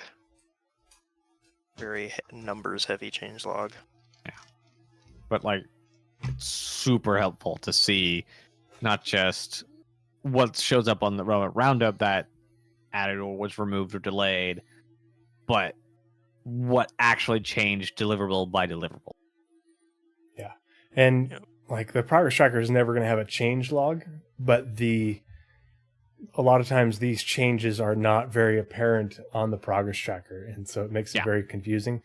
Now, Jake wants a lot of this visibility to be on the Progress Tracker eventually, and that's the plan. That's why this information is built into the Progress Tracker, and he inputs it, because eventually it will have a lot of these features, but it does not for now. So thankfully, we have ShinyHobo to illuminate everything for us. Yes, we can tell you what the different tracker symbols mean. Yeah, there's the link. There you go. All right. So going down the list, we have deliverables added, Ring Commander experimental modes. The following teams were assigned. The Ring Commander feature team began work on 2023-0102 with one engineering dev having 5 tasks.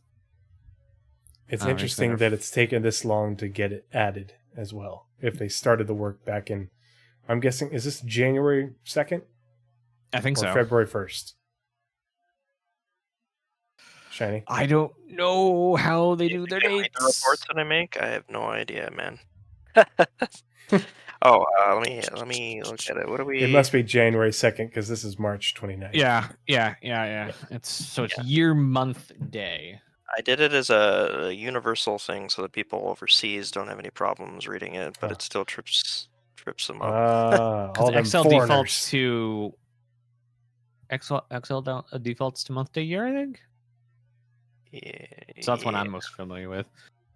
Yeah. So year, month, day, and also part of that was because of character limits in Discord, and I just never got around to updating it. It's like I would just use a full month name or something. I don't know. Nobody's complained about it to me, so I changed it. Makes sense. I just like watching. I like Paul. He's like, is it September or November? It's around there. Whatever. It's kind of like the fun brain chemicals you get when somebody's trying to pronounce your name and just bring it up every time. All right, the next one we get is Ring Commander front end update. Replacement of the current electronic access front end.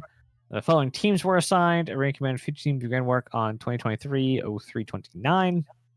1 design dev with 5 tasks, and 1 engineering dev with 5 tasks.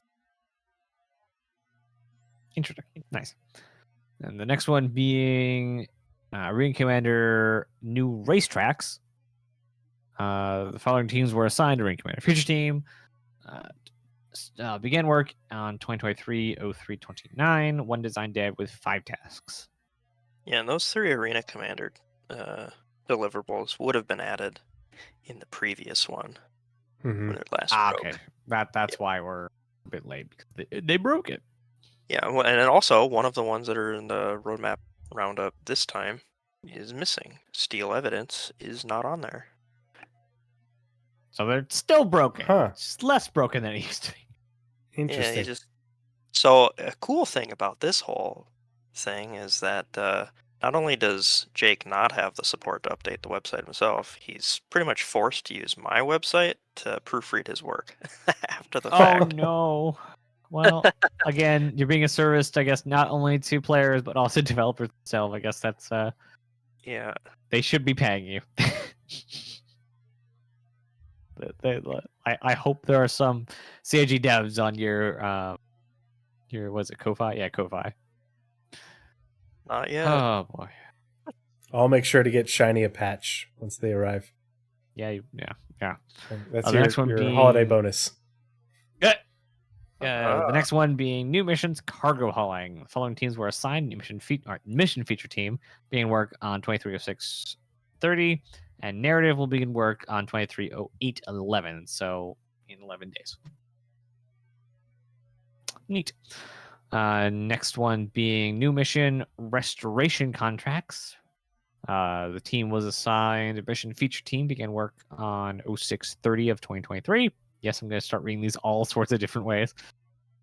New mission team, steal, recover cargo. The following teams were assigned mission feature team, began work on 2306-30. 1 design dev with 3 tasks, and 1 engineering dev with 4 tasks. Reputation hostility was added. The following teams were assigned mission feature team, began work on 2306-30. A lot of stuff was kicked off in 2303-30 or 2306-30. Reputation sandbox triggers. The following teams were assigned. Mission feature team began work on 2306-30 with 1 engineering dev. Reputation shop discounts. Is it 1 engineering dev? It is. Is it mission feature?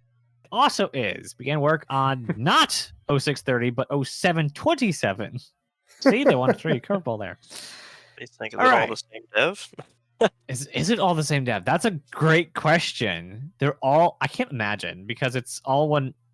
So shop discounts and triggers are both 128% load. And then Yeah. hostility is 144. So I imagine these are like 3 devs working on their own tasks. I would hope, instead of 1 dev having to cover all 3 of them in the same amount of time. Well, if you look on the timeline view, all of Mhm. those missions are full-time.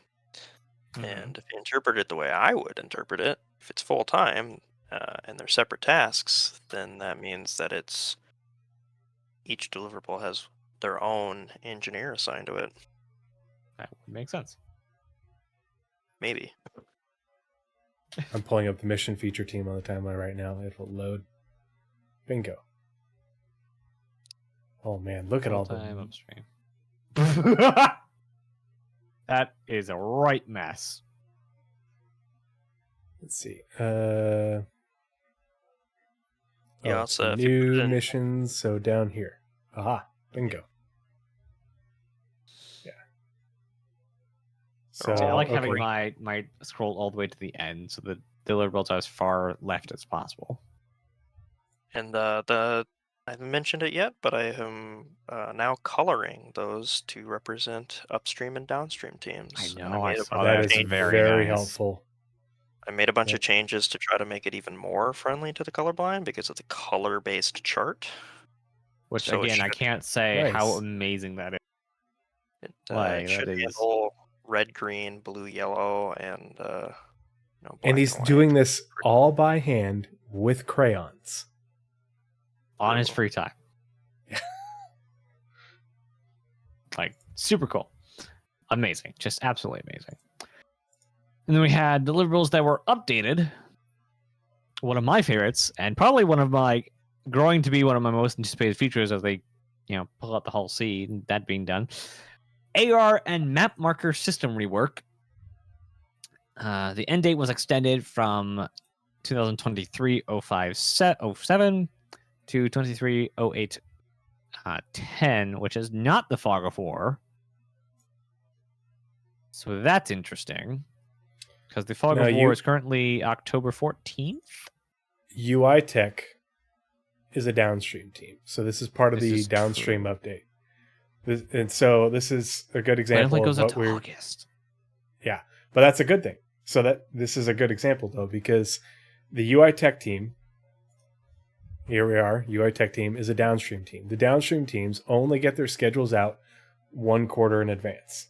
And we get those schedules updated in the first month of the new quarter, which here we are in July. And I so just realized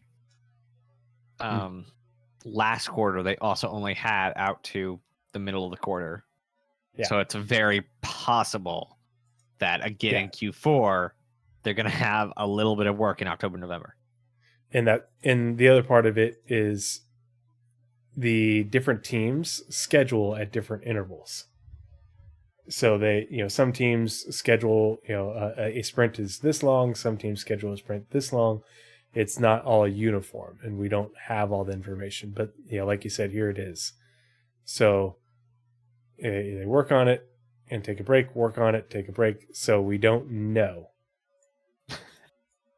But at the same time, like they did that at the beginning of this quarter, and then again, and then here again. However, when you read the monthly reports and the way they talk about this feature in the Squadron 42 reports, the progress sounds very good, like they are rapidly coming to a close with this system. So, fingers crossed. Yeah, hopefully when I get better on top of content and actually making videos and things, I'll actually be able, like, if I can ever get full time, to be able to actually like spend the couple days and research both the roadmap updates and the monthly reports in tandem and just basically read them separately and do our streams with it, but then sit down with them both and like get the sense of everything it's saying. Because like there's a lot of stuff that we read about in the monthly reports, then we see over the course of the next couple roadmap roundup that I really love the time to take that and then go back and read the monthly reports again. But we have a monthly report coming out on Wednesday, and like we gotta get ready to do the stream for that. And so, time is not a friend here. The Argo SRV date has been extended from 23/02/23 to 23/7/26. The VFX team was assigned, and what do we know about the VFX team? They are downstream, and they did just say that the Argo SRV just towed its first ship in the dev branch. So the not only is it almost art complete, it's also being tech finished as well. It's interesting that there aren't more sprints assigned to it. I think that as we get more of the downstream stuff, maybe we'll see more added. But if we've seen it in ISCs, back here in like Q1 2023, and they were coming along very well. So I feel like there's probably more work on it, but at the same time, I feel if it's towing ships in game, and they talked about a lot of that vehicle tractor beam work in the first and second quarter in the monthly reports, I think vehicle tractor beams and the SRV are going to come in Q4, the Q4 patch. That's where I'm putting my money. You mean 4.0? No, 321. I don't know. I forget what 4.0 will go into Evo the day before they go on break, just so they can say they did it. So what I'm thinking is Evo starts at the end of CitizenCon. It releases, or is scheduled to release by the end of the year. Actually releases in March. Nope. We're gonna have a 321 intentions. and it's just going to be wrapping up and adding things that couldn't quite make it into 320, but they can get out before the end of the year. Because the other thing is 320 is targeted for an August release, folks. That's why it's been in Evo for a couple of weeks already. Mm-hmm. They are 3 builds into Evo already. And so if it's targeted for a late August release, then that means that they have 4 whole months to get out another patch, which is more time than they usually have to get out another patch. And if it's all things like vehicle tractor beams and freight elevators and such, it's things that they've been working on for a while already. They just haven't quite wrapped it up for 320. And so it's low-hanging fruit that they can in for 321. And it makes it look like 321 is a bigger patch, except for they didn't get these things done, in a matter of months. They've been working on it for over a year. So yeah, that and underground facilities and resource management and bounty hunting and that needs quantum, and then you need like the quantum simulation, and then you need server meshing, and then 4.0. Look at that. And CitizenCon is going to have its own 320.1, and then IAE will be a 320.2, just so they can get new ships in and the CitizenCon update or content. Obviously, there's. Oh, go ahead. Sorry. I just, from what I'm seeing, that's what I'm getting the sense of, is that there's a plan. I think they want the 4.0 branch to kick off with CitizenCon. Their Evo starting 4.0 at CitizenCon. I know they said they wanted a long test period with it. So I just don't think they'll be able to do that and a Evo cycle, the regular patch cycle for 321. Because the other part is, I think 321. They're trying to do 4 patches. I think they're going to delay 321, and that will be just filler in point patches. And then they're going we're going to put, day 1 or day 2 of CitizenCon. It's going to go, this is an Evo or this is in some form of PTU. And we plan to have this out by the end of the year. Same thing with 318. We plan to have 318 out by the end of the year. Oops, it's March. I could see that, except for they're trying to do the 4 patch thing this year, which is why 319 wasn't 318.3, because they want to say that they've had 4 patches. And they also want to get in these things in 321 to hold us over until 4.0. And having those things in 321 also makes it so that way there's less things to QA for 4.0. It won't be big. It's not going to be a huge patch. I mean, it'd be huge to me because vehicle tractor beams and cargo hauling missions and freight elevators. Yeah. Northern Trooper said, "I'm concerned with the lack of Squadron 41 updates. The less thing they tell us, the better. We get the monthly reports and they're like, this is getting done, this is getting done, this is getting done. Yeah, the monthly reports for Squadron 42 have been great. We're going to get the Squadron 42 updates that said too fast, guaranteed. Yeah, a lot of people are expecting some big announcement, like the start of the briefing room show, basically saying that we're visibly a year out from Squadron 42 release, or even if it doesn't even come to that, like formalizing some sort of goal, or I think briefing room might even start up saying, hey, we're gonna be out, and then once they get there, maybe delay it again. Yeah. Because that's how game development works. AetherDrift369 says, should we be concerned at all at the lack of comment on server meshing? And we talked a lot about this on Citizen Central on Saturday. I'm not concerned. I'm upset and disappointed. But I'm not concerned because this is one of those things that they're probably going to tell us about at CitizenCon, and which I hate because that's not for another 2 months and some change. And I think that's irresponsible, and I think they should tell us about it. And I also think that they could. I think that there's time for it, but I could see it going the other way, and we get a big update on it as part of CitizenCon and their updated plan for 4.0. Which at the same time, I'm like, I don't think that would be a good idea to do at CitizenCon if you're not going to meet your goals and then you're going to announce it at your conference. But that's why I think that we are as part of the doldrum leading up to CitizenCon, we'll get an update in the next month or two. And we'll look at the sprint here in a second. We know that there's a lot of people working on PES and server meshing, and it's not just the network and systemic services and tools team. There's a bunch of other teams working on it. A lot of people are. So, they are making progress. We just don't know the details of what that is. Parts of the game working. Yeah. Like vehicles got to do theirs, props got to do theirs, missions got to do theirs. Mm-hmm. Yeah, there's refactors to do to make things work. And then the other question talked about Super Mac Bros, said he felt something the report might indicate. I haven't seen anything about the monthly reports talk about the replication layer at all, so I don't know what that might be referring to. Looking at the what is it called? The letter for the chairman, what was supposed to happen when, and a lot of stuff they've been saying about different tech and the state it's at. The replication layer split should be, if not 21, 22, and if not 22 for flight. That's like the biggest nugget I have for 21 is specifically the split between the replication layer and the.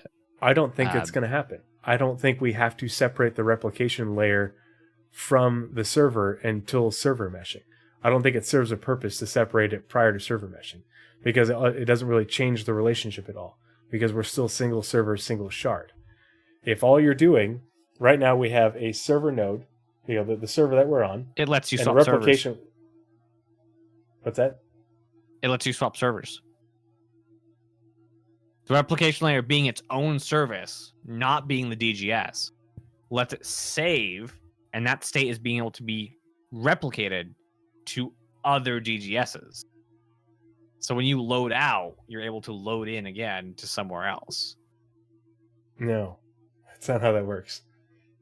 Your stuff, you're on this server, and the replication layer is communicating.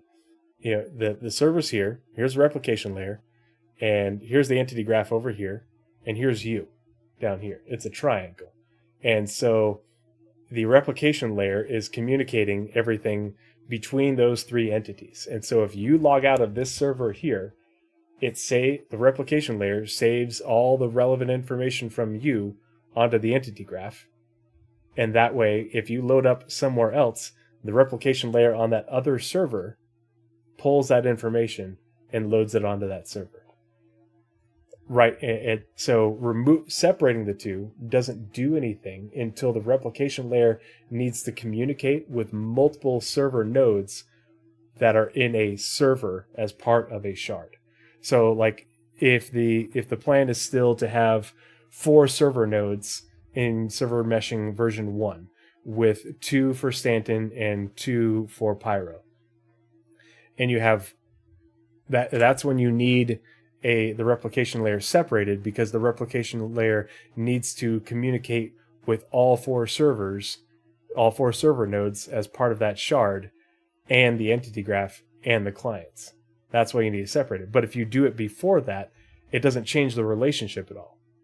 It just means that it's not. It doesn't change the relationship, but it's still a step. But it's a step that doesn't need to. They're still going to complete the task, but they don't need to complete the task and then do a separate task of making it so that replication layer talks to multiple servers at the same time.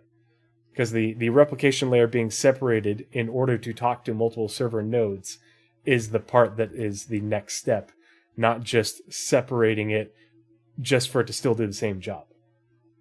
Does that make sense? Because until we have server meshing, we don't need it to be separate from the server, because it's still communicating with only one server. It doesn't do anything different. Yeah, at a time. Because the replication layer, the back end, the inventory system is still where we call our ships to. That is graph. The back end inventory. That is that. The back end inventory is the entity graph. The replication layer is just the service in between the two that is basically just forward and reply to all emails of what needs what information between the clients, the server, and then just backing things up on the entity graph as they get updated. The replication layer stores information temporarily in, while it's being utilized, and then and transmits it to where it needs to go. It makes copies. So that way, if an entity updates and the state updates, it updates that entity, if the client changes the state of an entity, or the server changes the state of an entity, the replication layer replicates that change to the entity graph and to the other involved party. I do this a lot. That's why it's called the replication. It also, because it's separating it can also be the savior of third case. It can practically just remove a third K. Because it can save the state. If it's off the DGS, it can save the state and spin up a server with that exact state. Yes. So there is at least one reason why you could do it. There is one reason, but that's how 30K protection works right now, is it's constantly updating things onto the entity graph. It's just, unfortunately, it doesn't quite work perfectly. But that would make it so that way it backs up the server and that copy of the server onto the replication layer. But right now it's still doing that, except for it's doing it onto the entity graph, and that's why it takes longer for things to load when you need to spin up a new server. So yeah, they could faster if they split it. It could be, and it could be more reliable. I just don't know if they want to make multiple steps instead of just one. Hey, they said that they were going to have a patch in between. They did not say anything. Meshing. They did not say that. They did. What they said is the next step is separation of the replication layer from the server. They didn't. That's the thing, is everybody took that as, oh, okay, this will be the patch between 3.18 and 4.0, or a patch between 3.18 and 4.0 in order to get this thing in. But they didn't, as far as I recall, they did not say that we're going to have a patch, or this is going to be a thing that will occur as part of a dev branch. Because that's the thing, is it would be a separate dev branch. And so that's part of the reason why, okay, well, 320 is a separate dev branch, and it's not in 320, and we haven't heard about it. So, this is part of the thing why I want an update, because I want to know what the status of that is, because it is the next step. It is the next step in that this is a task they have to do on the road to server meshing. In no way, shape, or form did they say this is the next step. This is, what we're going to do as part of this patch or that patch. And I think that's where people have read into what CIG said versus just taking it at face value. Okay, so they did not say that is a patch. They said persistent stream in 3.18. DGS server node splitting the DGS node from the replication layer. Allowing the multiple servers to split. Simulation. It's the first time we have an actual mesh. And then tech preview, first server mesh prototype. We aim to get an early tech preview into PTU. So you're right. They did not actually say that the splitting DGS and replication layer itself is its own releasable.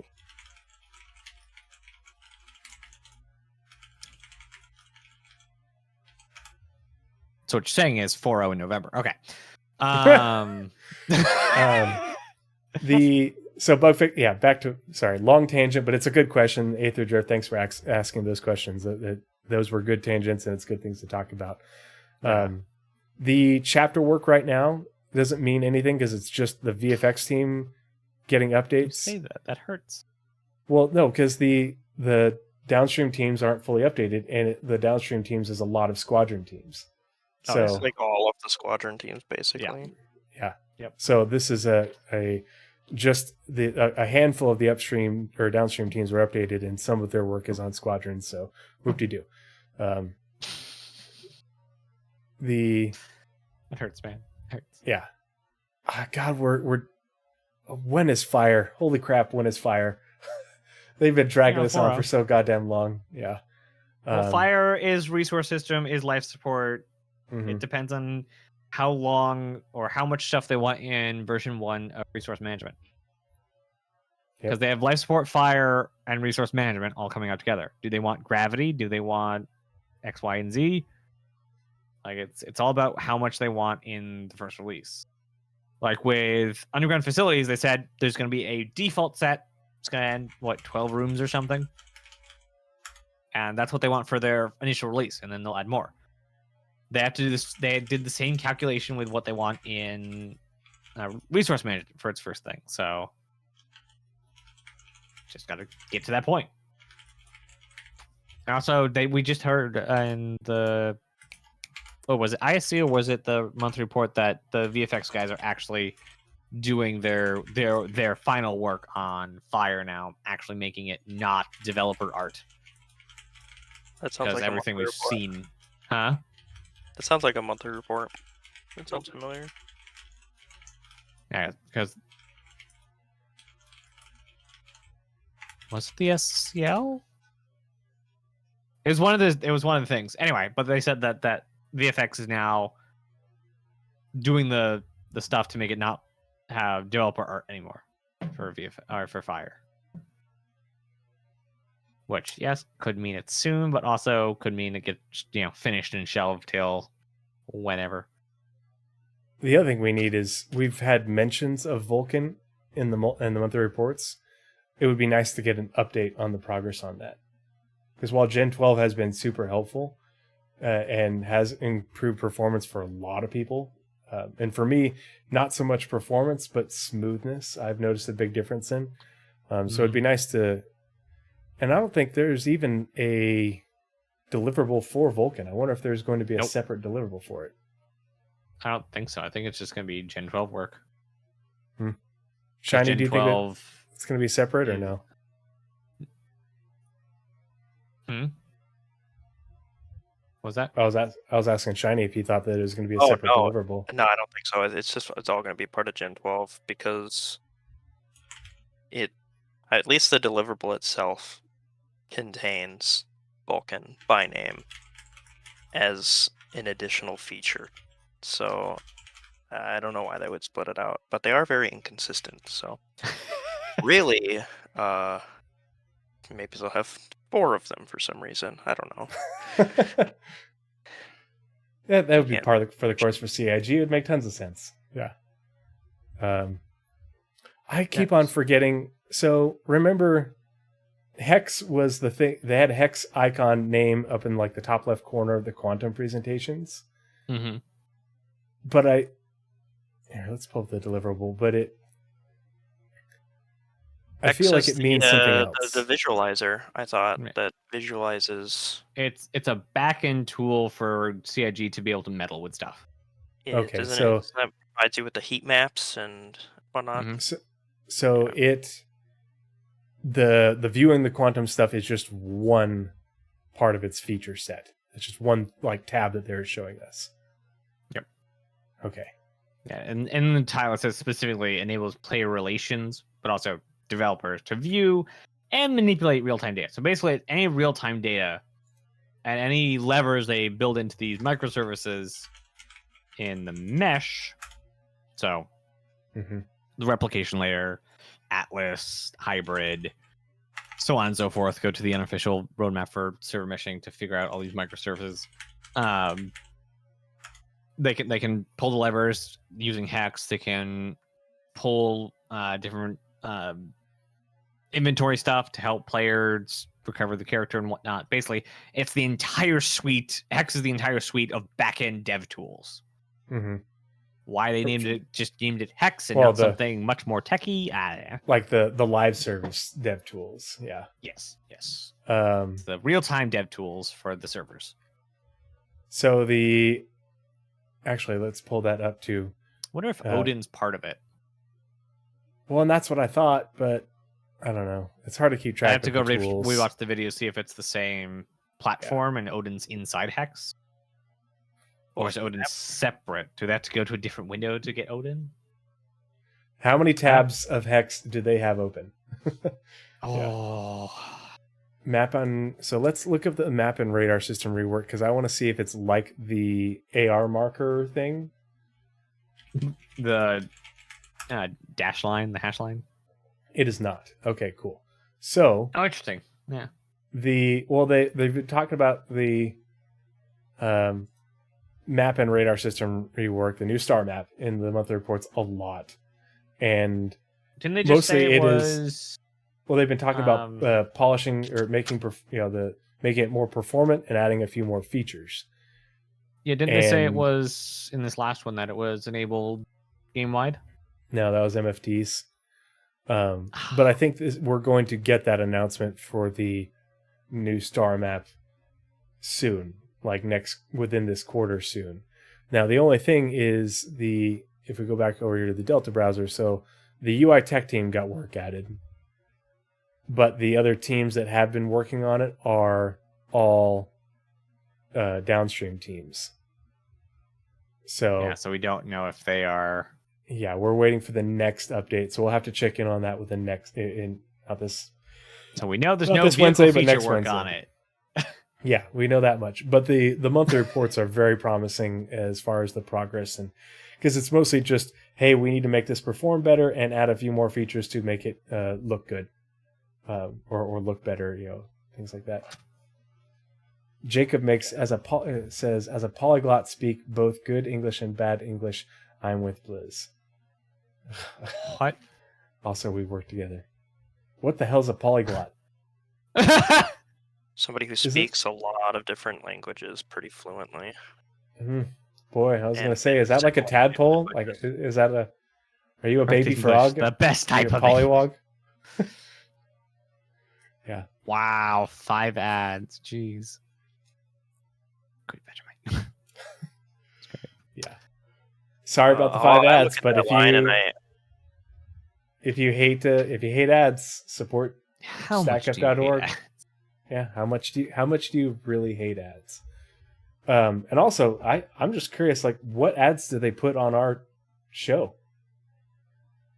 If we're if we're within the platform boundaries, then it's they don't get to choose. Like Jeff Peanut Butter is not saying I want to be on Star Citizen content, I want to be on Tree's channel. Like, they're not doing that. They're like, hey, if any creators on Twitch are within these boundaries, serve this ad. Okay. It's very non-specific. I'm just wondering if so they're not targeted to our particular audience. Got it. No. Okay. So yeah, we'll definitely have to check in on the map and radar system rework as well as the AR markers and stuff to see in the next update with the rest of the downstream teams. Yeah, we're looking specifically for squadron feature and UI feature teams for that one, I think. And it's probably same with the Moby-Glass. Yep. Yeah. It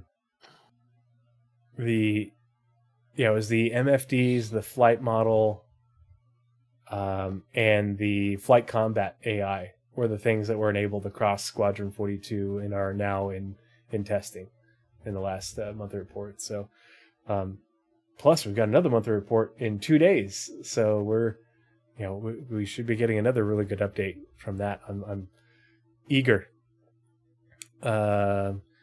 We talked about the new missions data heist. No, we didn't. No, yeah, because that was added before. They just added more work to it. Mm-hmm. Yeah. 28 days in mission feature team.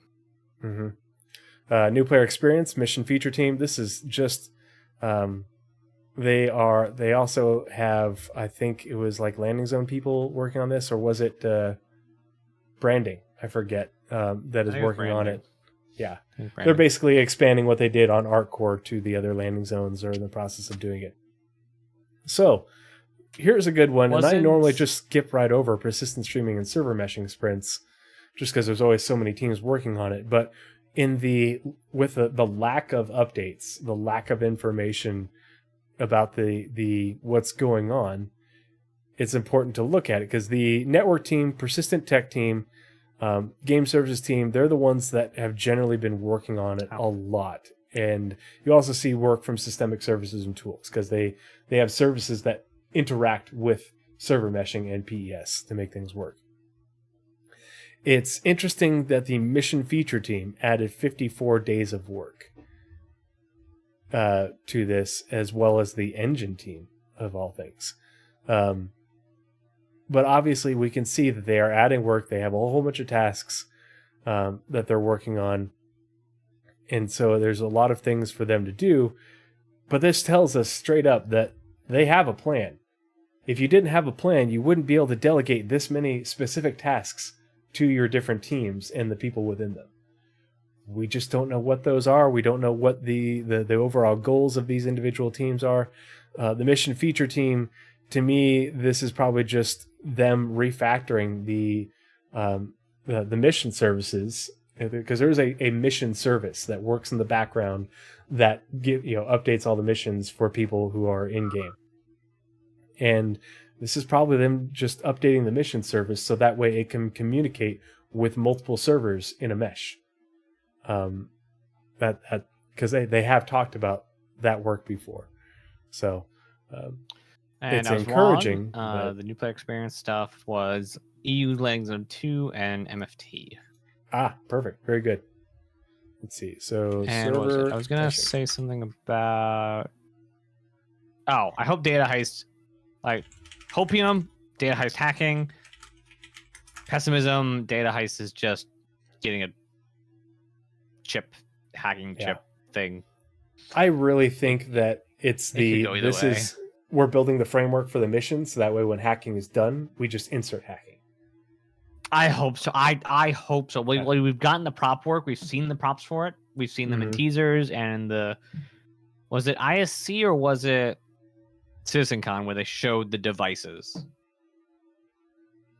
It was ISC. It was ISC because we got the whole sprint done. Like, here's all the concept art we're working on, and there's also some like that stuff is now on ArtStation, so you can go and find that on. ArtStation. They've done the animations for the receptacle things that you press button, pops open, put in your thing, and didn't that fail its gate? Didn't they actually say that like, hey, this needs a little more work? They didn't specifically say, hey, this failed its gate because it was this thing. I'm pretty sure they said this we're actually going to keep working on this because this looks a bit weird or something like that. I think it actually did fail its gate. That would make sense. You know what I just think? I just realized that I really want my ads to be on my channel. I want my ads to be those really bad infomercials with just the horribly clumsy white people. You know, have you ever seen the mockery meme ads of those? You know, where someone opens a cupboard to get out a Tupperware and it just goes, and they all like, that. I want those ads. Yeah. the I say I'm watching not Roadhouse, but the Traveling Antique Roadshow, and it's 2 a.m. infomercials. Yep. We're gonna sell you a slicer that does everything except bread. Yeah. So here's the work on server meshing. Obviously, they're going full tilt on server meshing, as well as probably, there's a good amount of support in here for PES and continuing to evolve that. But we haven't seen, it's been the same teams since the end of last year. For almost a year coming up. Wow. Yeah. So I think that bodes well for the progress, that they aren't having to have all these other teams come in and do things last minute, like, oh shit, I think this bodes well in that there a lot of the prep work that they've been doing for server meshing over the years, that Nazeris and I covered a lot of this in a segment we did back in, what was that, January? Where we talked January last year, you mean? No, it was either January or for December. some reason. Yeah, January this year, because for some reason I thought you said July. July, I don't know. Look that up though. Yeah. But I think that this is a good indicator of that, in that the plan for server meshing has not changed dramatically, and a lot of the prep work to get other services. With the Road 100 systems? No, that we did the status of server meshing. I want to say it was in December. Yeah. But I think that looking at this, that what we were talking about and what we showed everybody, we had a lot of links and clips and stuff, has held up pretty well along with the plan.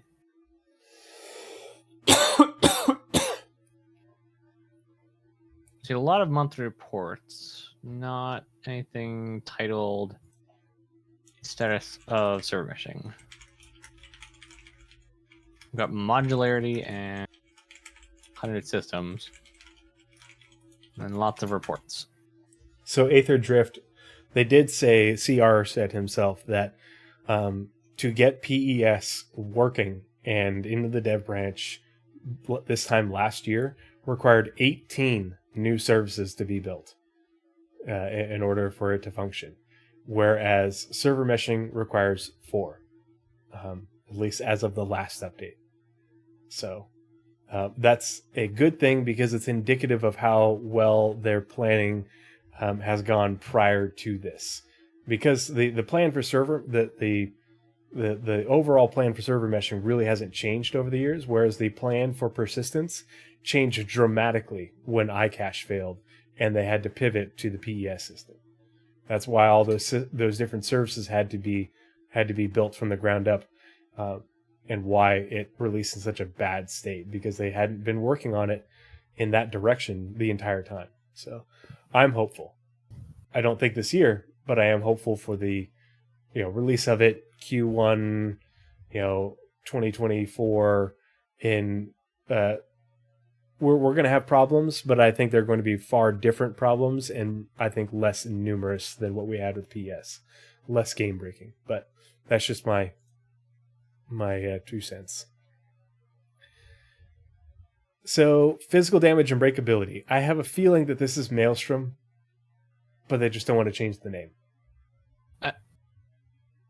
Yeah. Yeah. It's been called that forever, and then they said, I'm sure you've heard this before. No.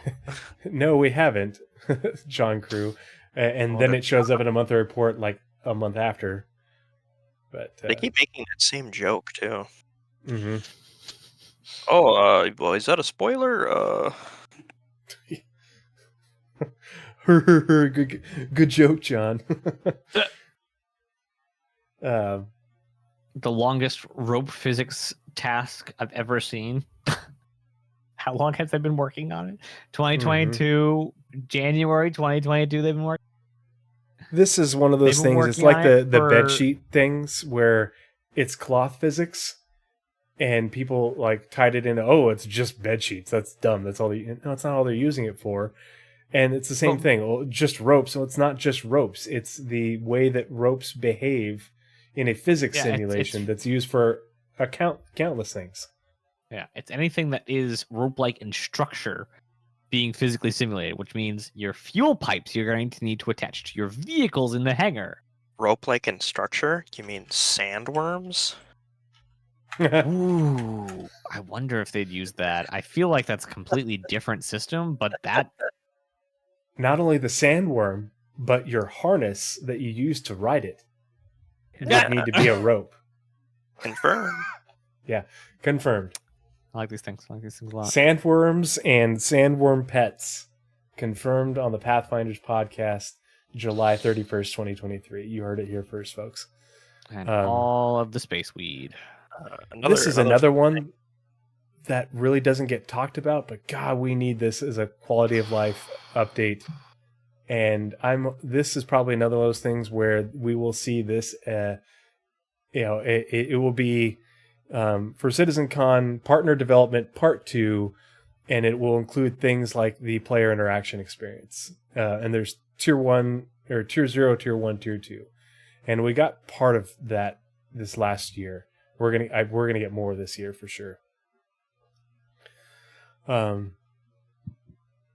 It's good that the space stations for Pyro only had a little bit of lighting work added and VFX work, but not a lot. They added a bunch of art devs from VFX in order to spread this load around and get this stuff, that work done. They did add a bunch, almost like they're trying to finish it for something. It only goes out to November.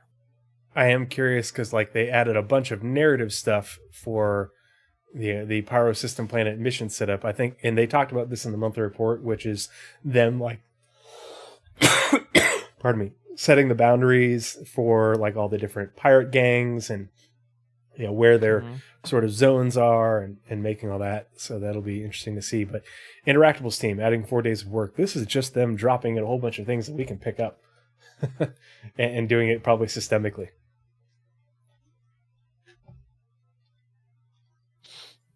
Yep. Still, I think something's happening in Q4. That's not just 321. No, I don't think it's 321. I think it's something bigger than 321. 321 is big. 321 is vehicle tractor beams, damn it. Don't you downplay my vehicle tractor beams, Nazeris. It's a mild tack on that no one really cares Get about. out! The vehicle tractor beams are what make the whole sea great, okay? Without the vehicle tractor beams, the whole sea is nothing. And we have a replacement for that. Rastar, I wonder if obviously they are going to be using the Rastar for more things than we realized. I want, and this is a bunch of work on that tool. I don't think they would include the work on the tool for things like the platforms on Orison. I don't know. Yeah, like platforms are their own thing, but it's being built with Rastar. But the work that they need to do to Rastar to facilitate those would be on the Rastar deliverable. And what I imagine else the are they Rastar doing deliverable. Yeah. I imagine the Rastar deliverable will continue to get work added to it. Oh yeah. As they tackle different things with it. Yeah, as they flesh it out like they did the procedural locations tool. But adding, more work to it, to me that, because we talked about Rastar, towards the end of last year. And I'm hoping that they will, this will be part of the ISC is updating us on the feature sets that they're working on for it. Because, obviously the platforms on Orison, but what else? What else are they planning for? Because they said it would be used for not only the outposts, towns, but they also talked about cities. Mm-hmm. And then they also said things in orbit. I'm hoping things in orbit doesn't just mean Crusader platforms, but we'll Didn't see. they also say the asteroid bases were Rastar work when they showed those? No, we haven't seen anything for the asteroid bases. We only know that it's on the progress tracker. I think asteroid bases are going. Or nope. We had a visual of it. I know we had a visual of it. We have a visual of a. No, we have a visual from the partner development thing from CitizenCon last year, and it's within Squadron. Actually, it's so. Here we go. I gotta go look it up. This is from the Master Modes segment. Yeah. So what did they say during that? They said this is one of the asteroid facilities. They did not acknowledge this at all. It just, they popped up in front of it and then they turned the ship to the right, all casual like, and acted like it was nothing. But this was also in Squadron. So anyway.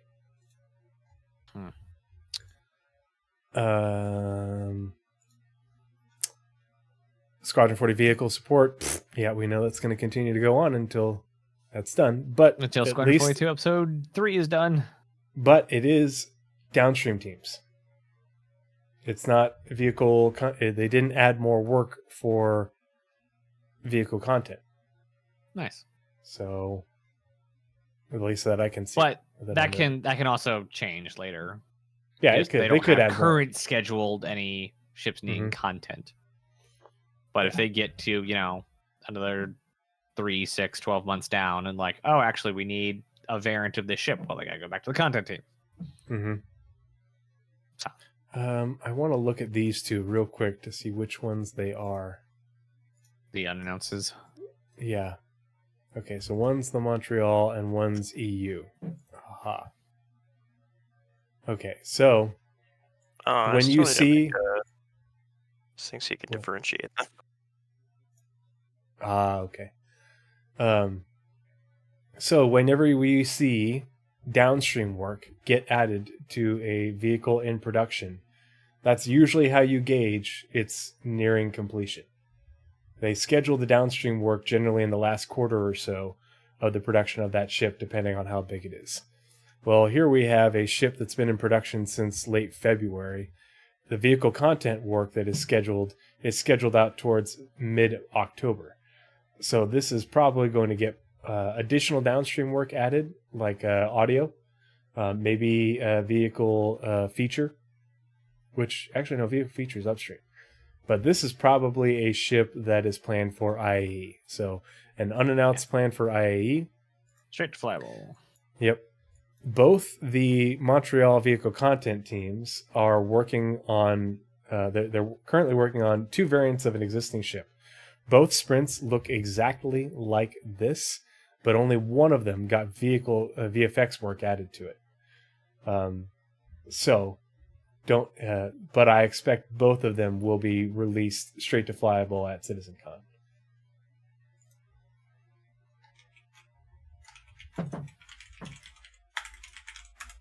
Okay, so that's those 2 unannounced vehicles. Underground Facilities has a ton of work assigned to it, and we're actually going to come back and look at that here at the end of the scanner anomaly here in a second. And then the most irrelevant task. The last one, the most irrelevant task is the last one. That's why it's at the bottom. God, Nazeris, I'm gonna pirate you and your whole sea on purpose, just because. Wait, you can pirate accidentally? No, I'm going to specifically target you. I'm going to stream snipe you and your whole sea, and take all your cargo. That's premeditated. Yes, it is. Yeah, go ahead and clip it. No, I'm pretty sure my CO is right with you. Or CCO is right with you. Like he's gonna stab me next time we see him. I'm sure. I'm gonna kidnap your COO. Yeah, that's what I'm gonna do. I'm gonna tractor beam him into my ship, and yeah, he's gonna work for me. And then of course vehicle tractor beams, but only had narrative work added. But why? Okay, here's the thing that I'm curious about. Why is there 87 days of work for vehicle tractor beams? Is it part-time work or is it full-time work? What are they doing for 80? What is one design dev doing for part-time 87 days? Part-time work. That load value there over that time period probably makes it part-time, but you can check. Yeah. So part-time could be anything. Oh my gosh.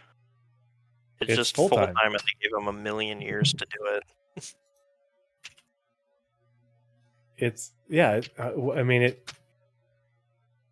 Maybe they have less tasks now, and that's why it's 67.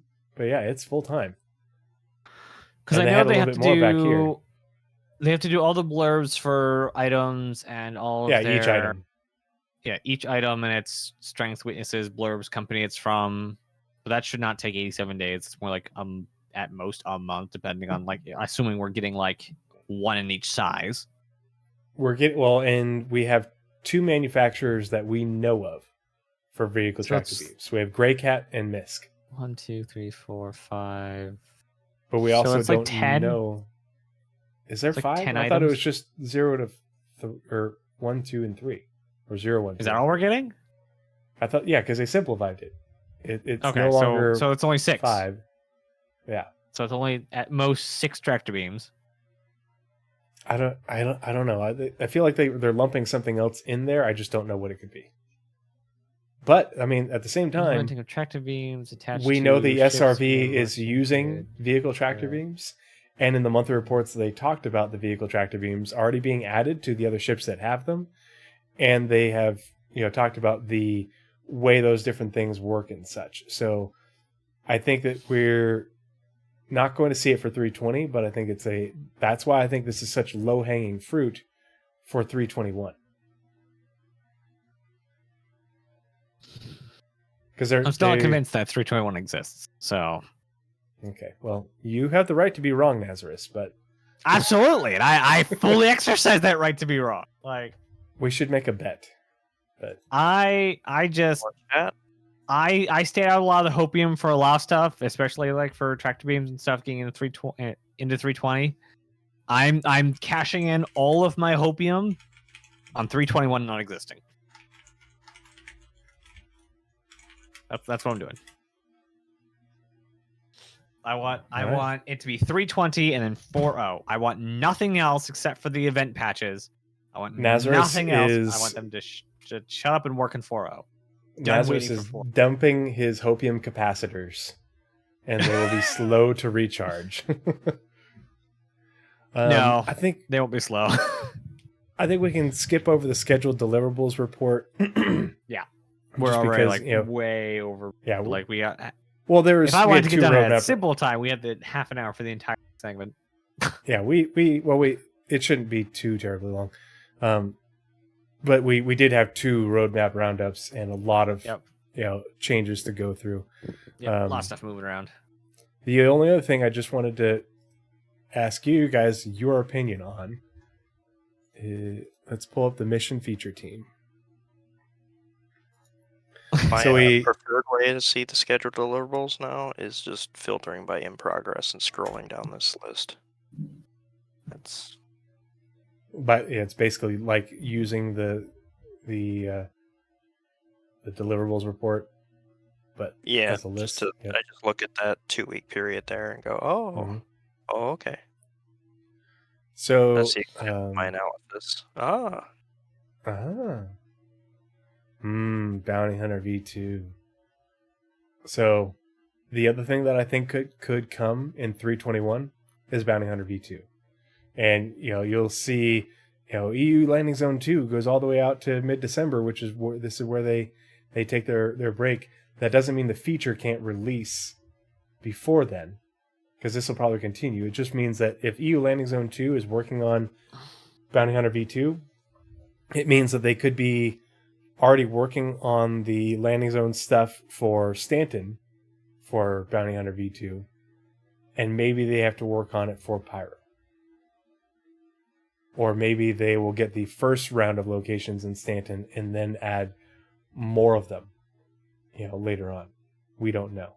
But So Bounty Hunter V2 is not tied to Quantum? I think that they could get this in with Quantum. Not all of the Quantum. So you want Quantum and Bounty Hunter V2 in 21? Not all of Quantum. I think that we could get the parts of Quantum that feed Bounty Hunter V2. Those services. We talked about this last October, because there's only a handful of services, and those are being worked on or have been worked on. So I think it's possible. Not outside the realm of possibility. Anyway, sorry. New missions. Really bizarre you have those gray bars on yours. They're blue for me. These ones? Yeah, what are those gray bars? What did you break? It's Yeah, like because I have the mission teacher. Oh, the gray bar. Oh, I'm like Oh, they're overwriting selected. I it. see. Yeah. Interesting edge case I didn't account for. Mm-hmm. I should probably fix Interesting. that. You don't remember highlighting this with the gray crayon? Yeah, I make it brighter for sure. It was a gave brighter the crayons original to a gray. robot, and he tells the robot to fill it in. I got it. I'll fix that. It's procedurally generated bars. So actually here, let's go to the release view and gameplay. So for 319, we got the salvage contracts. And I don't think that even has its own deliverable in the progress tracker, the Ghost Hollow PvP mission. But we got the salvage contracts for 319. In 320, we have the retrieve consignment missions are still tentative. Is that the one that was targeted for 320.x? Yes. Yeah. That was the And the salvage contracts cover up as well. But then, so here's the sprint for the salvage contracts for the new missions for the feature team. And so these released, what was it, 319.1? Or was it 319.0? Either way, they released like in here, but the sprint encompasses all that work. If it's tied to a release card, you can hover over the Star Citizen logo on that, and it should tell you. Ah, okay. There So, it is. Yeah. Look at that. God, the feature set on this thing. Man, Shiny, you have just outdone yourself. So, But this is the thing I wanted to bring up to you guys and see what your thoughts are. Salvage contracts made it into 319, which I don't know if it was 19 or 19.1, which is right in here. And here's the sprint work for it. Retrieve consignment, which are the ones that are delayed for or expected for 320.x, right? Mm-hmm. Here, let's. All those little features are Easter eggs that people can just discover over time. Whichever one's at the bottom. Is it? Yeah, retrieve consignment. Yeah. Okay. So those were delayed a little bit, but that's due to the platforms. Okay. But then we have the package extraction.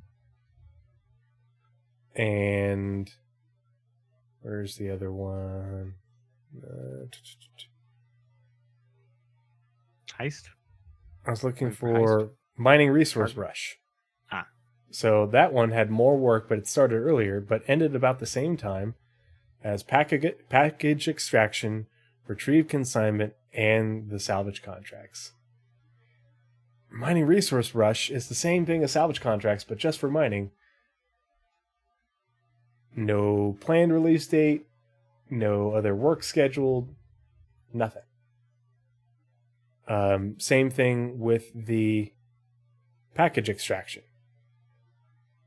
No planned release date, nothing.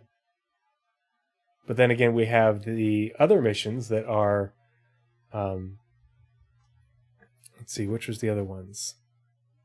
It makes me curious. Like, okay, so do you guys think that these other missions that have scheduled work, and the mission feature team is an upstream team, so we have their schedule out to the end of the year, essentially, because we have all these other sprints.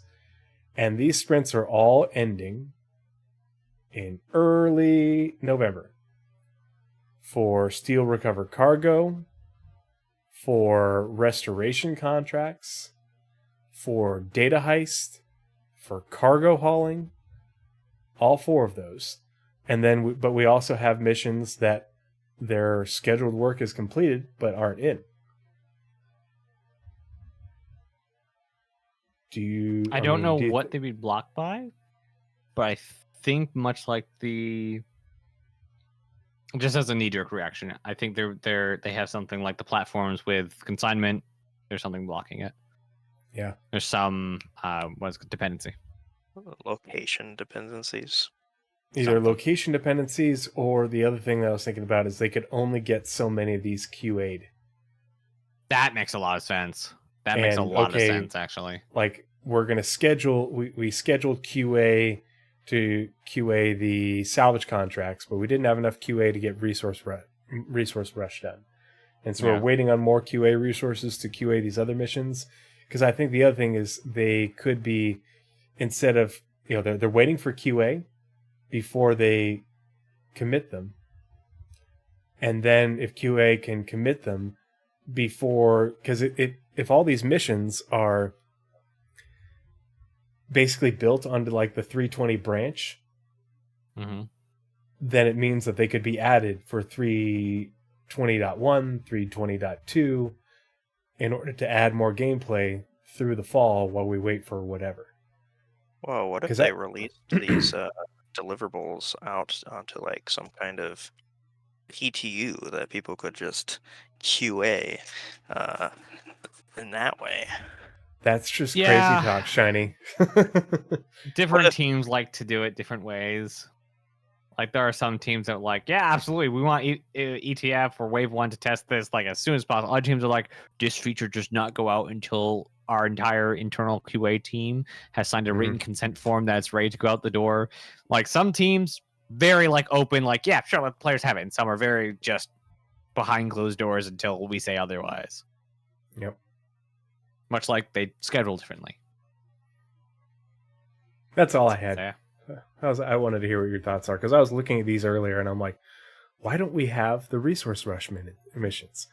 Why don't we have why is retrieve consignment? Yeah, we know why that one is. But, why don't we have the package extraction missions? And they haven't talked about it, so. I think we got 2 very good explanations. Well, attempted explanations, either QA or some dependency we don't know about.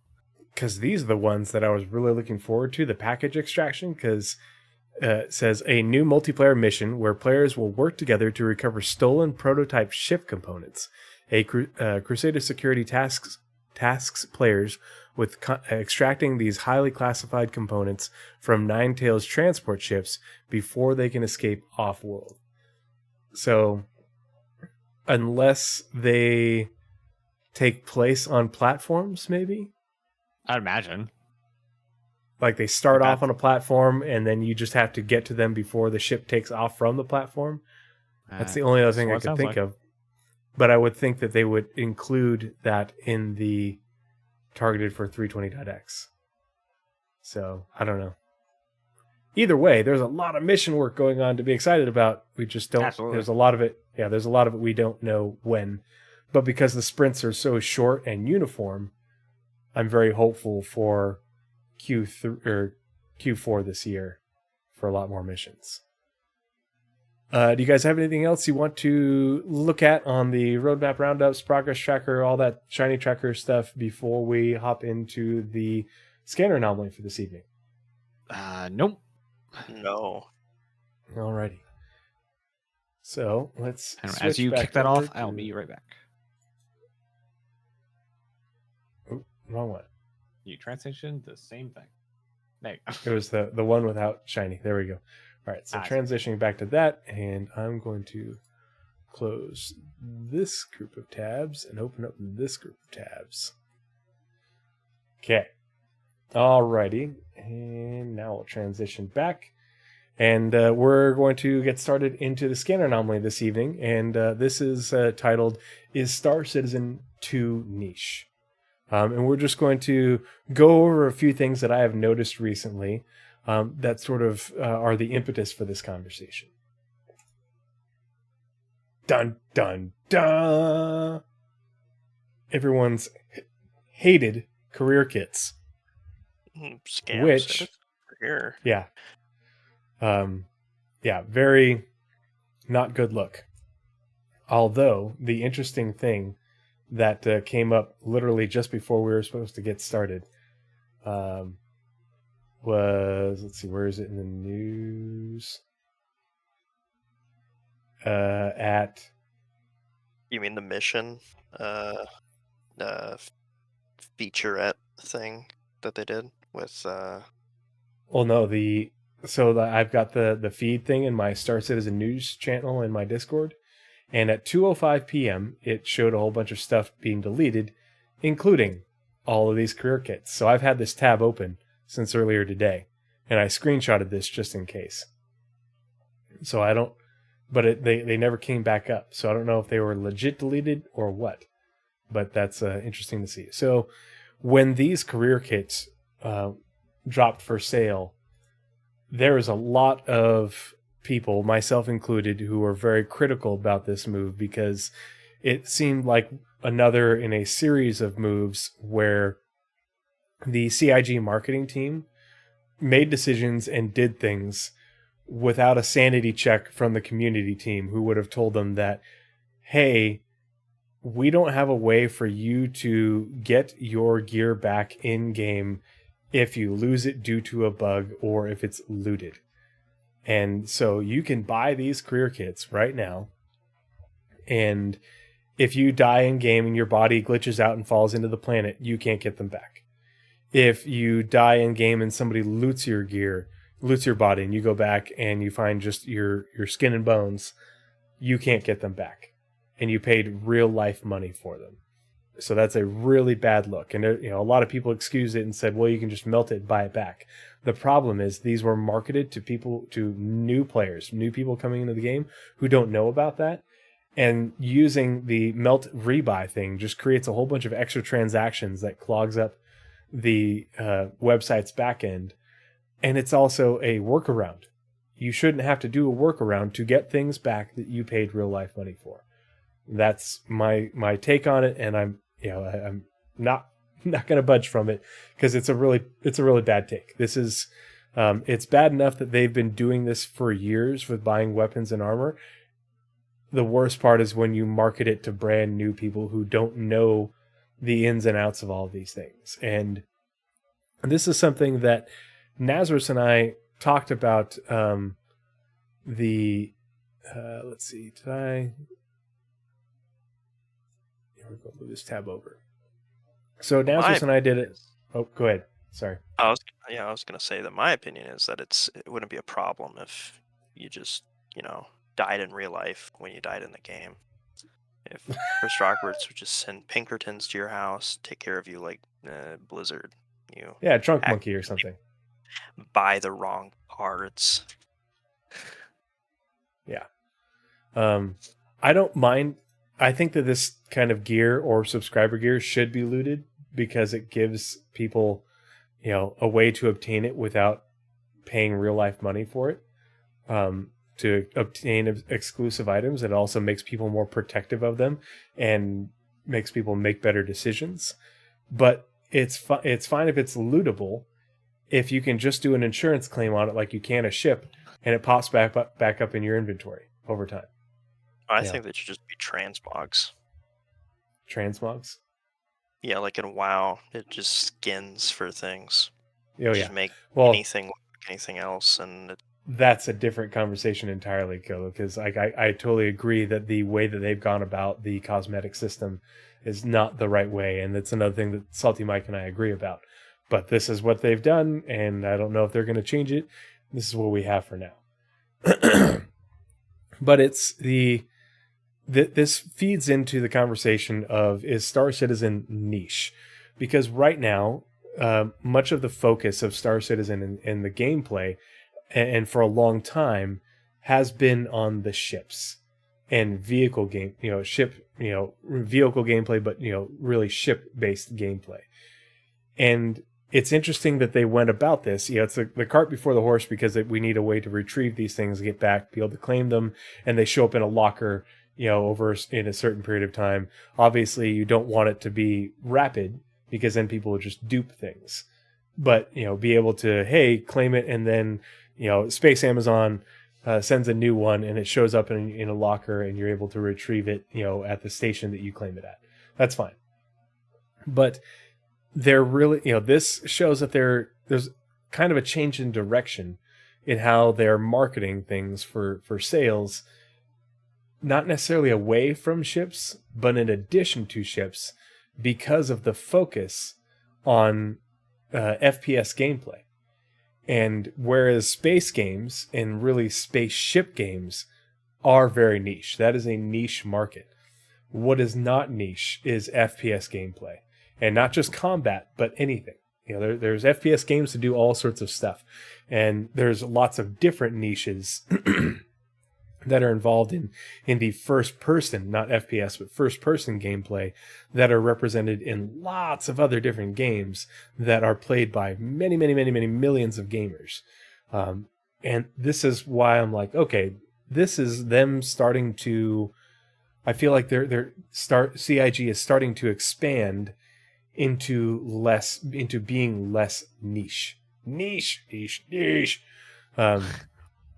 And I was already thinking about these when these came out, and thinking about this line of thinking, and then I saw these videos. They were posted. I saw them posted on Twitter from a content creator that I follow named Ark, but yeah, we'll watch those here in just a second. But this plays into the future funding model of Star Citizen that Nazeris and I talked about back here, and I'm going to share this link in the chat, because I think it's important, and in order for people to understand where CIG is going with how they're going to fund the company. Because right now, they're on a trajectory where they will not be able to sustain themselves on ship sales alone. Because every year we have fewer and fewer people who are, we get more and more backers, but fewer and fewer of them are willing to pay for very expensive multi-$100 ships. And we see this less and less of them per year. Yeah, and we're getting less and less of them per year. But what people are willing to buy is microtransactions. People are willing to part with $1 here, 50 cents there, a couple of dollars here for things that are cosmetics or gear, things that are, you can collect for decoration. People throw money for that kind of stuff. And that's one of the things we talked about as part of the future funding model, because CIG really needs to diversify in order to fund the growth of the development of the company. Because we recently learned about the acquisition of Turbulent, and now they're at 1,100 people for the company. The growth that they have planned, that they have announced for Manchester alone, if you do the math, on top of what they have right now, means that their goal for the end of 2026, which I don't think they're going to hit, but they'll make good progress on it, is they're aiming for an entire dev studio, among the different studios, of 1,800 to 2,000 people.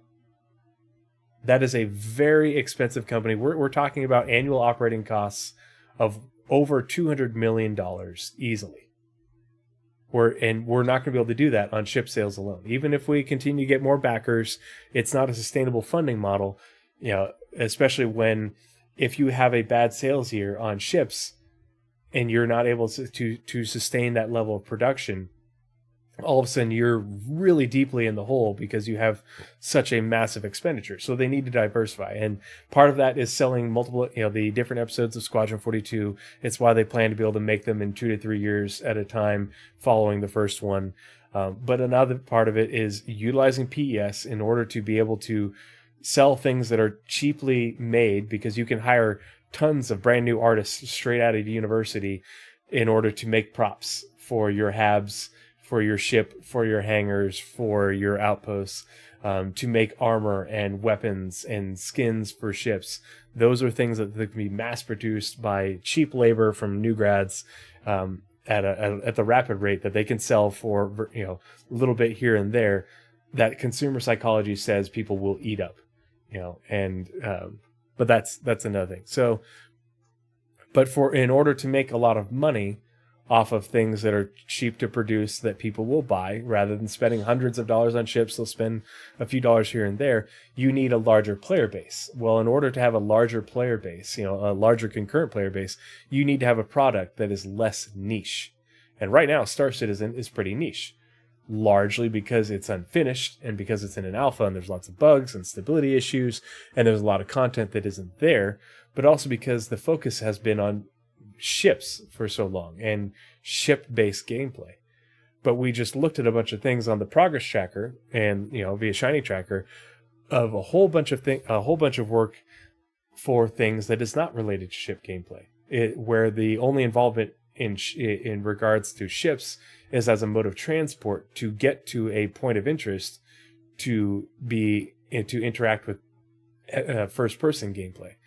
And so I saw these videos and I thought they were really interesting because I was not expecting these takes from these content creators regarding Star Citizen. So the first video, and here's the name of the content creator. They go by Arc. I don't know if they're on Twitch, but here's their YouTube. I'm going to share the link to the video. And so I encourage you to, watch the video on your own time. Please go and give them the credit they're due by, because they put in the effort they paid money to ask Dr. Disrespect this question. So are you allowed to go and give them their, I don't know. Yeah, you just got banned, dude. Yeah. And I don't know why he got banned. I never paid attention to it. I don't like the guy. He's not the kind of content creator I would ever watch. But you have to recognize that he's one of the most... their own community. Yeah, don't shove do them that. down their throat and then don't actually deliver anything you promised. What? He's a gamer, bro, and I can't stand that. He's also a developer. Like, I forgot totally about his developer background. Yeah, so he understands game development, and that's why this is important. But I'm going to share this link to this video, so please go watch this Arc's video. It's only 2.5 minutes, and give him a like, because I think that we got to give credit where credit's due, and I like to support other content creators. So there's this one first. So let's watch this. Yo, how's it going? Quick one from me. Yo, how's it going? Oh. Quick one from me. Something cool happened last night. I managed to break through the super chat storm during Dr. Disrespect's snapshot 6 of Dead Drop, his game, and get some of the doc's thoughts on the game we all love and love to hate. Yeah, you guessed it, Star Citizen. Doc's answer led me to think that perhaps, just perhaps, he's had a small peek behind the curtain himself, and I really love to sit here and imagine how that went down. Hey Doc, what are your thoughts on Star Citizen, says Ark with a 666. Listen, I know the game's been in development for years and years and years and years and years and years and years. And I don't care how long it needs to be in development to really execute the long-term vision, because it is a big, if you really think about it, it's a big vision. And it's starting to kind of like, I feel like it's finally starting to kind of come through, you know, in terms of the mass scale of what this thing could eventually be, even from like 10 years from now.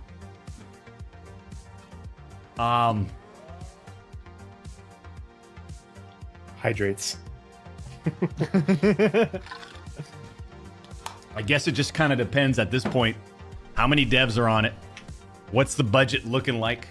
And what are those plans? What are those massive long-term plans that are realistic, you know? Not marketing fluff or anything, but are realistic. I put this out on Twitter last night, and judging by the overwhelming response I got from it, I think people were actually refreshed that the doc demonstrated that he marches separate to the vocal herd on this one. And of course he would. He's a vet in the gaming industry, having worked for Sledgehammer Games on most notably Call of Duty Advanced Warfare, and is working with Midnight Society to push Dead Drop, a promising game I've played and streamed myself. So this was less an answer from the doc and more from the creative behind the Google prototypes. What kind of ship do you think the doc would like best? And do you think we'll ever see Dr. D holding down a future rendition of Jumptown with the Champions Club in tow?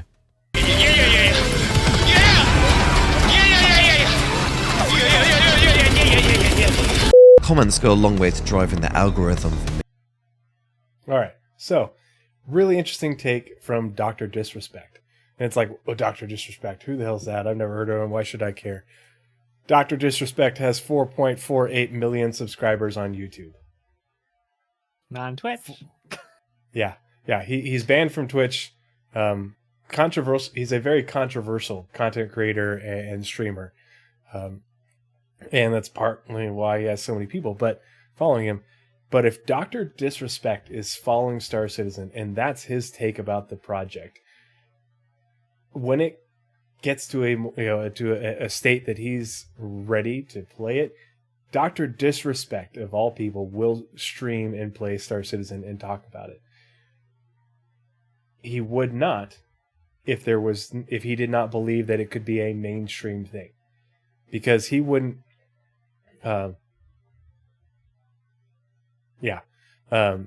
He wouldn't get into Star issues.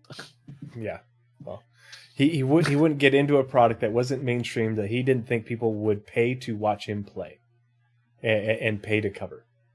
And he's just not ready to do it because it's not mainstream yet, because it's an alpha, because it has lots of bugs and everything. It has a lot of missing features. But he talked about the goals, and he thinks that it's going to be something really, really great, which we all believe, but a lot of people don't because they think that it's niche, but it's not. And here's a game developer. G says, could you imagine the type of players he'd bring, though? We'd be playing COD. Have you not seen anyone actually trying to hold down Ghost Hollow? Yeah. It's that group. Yeah.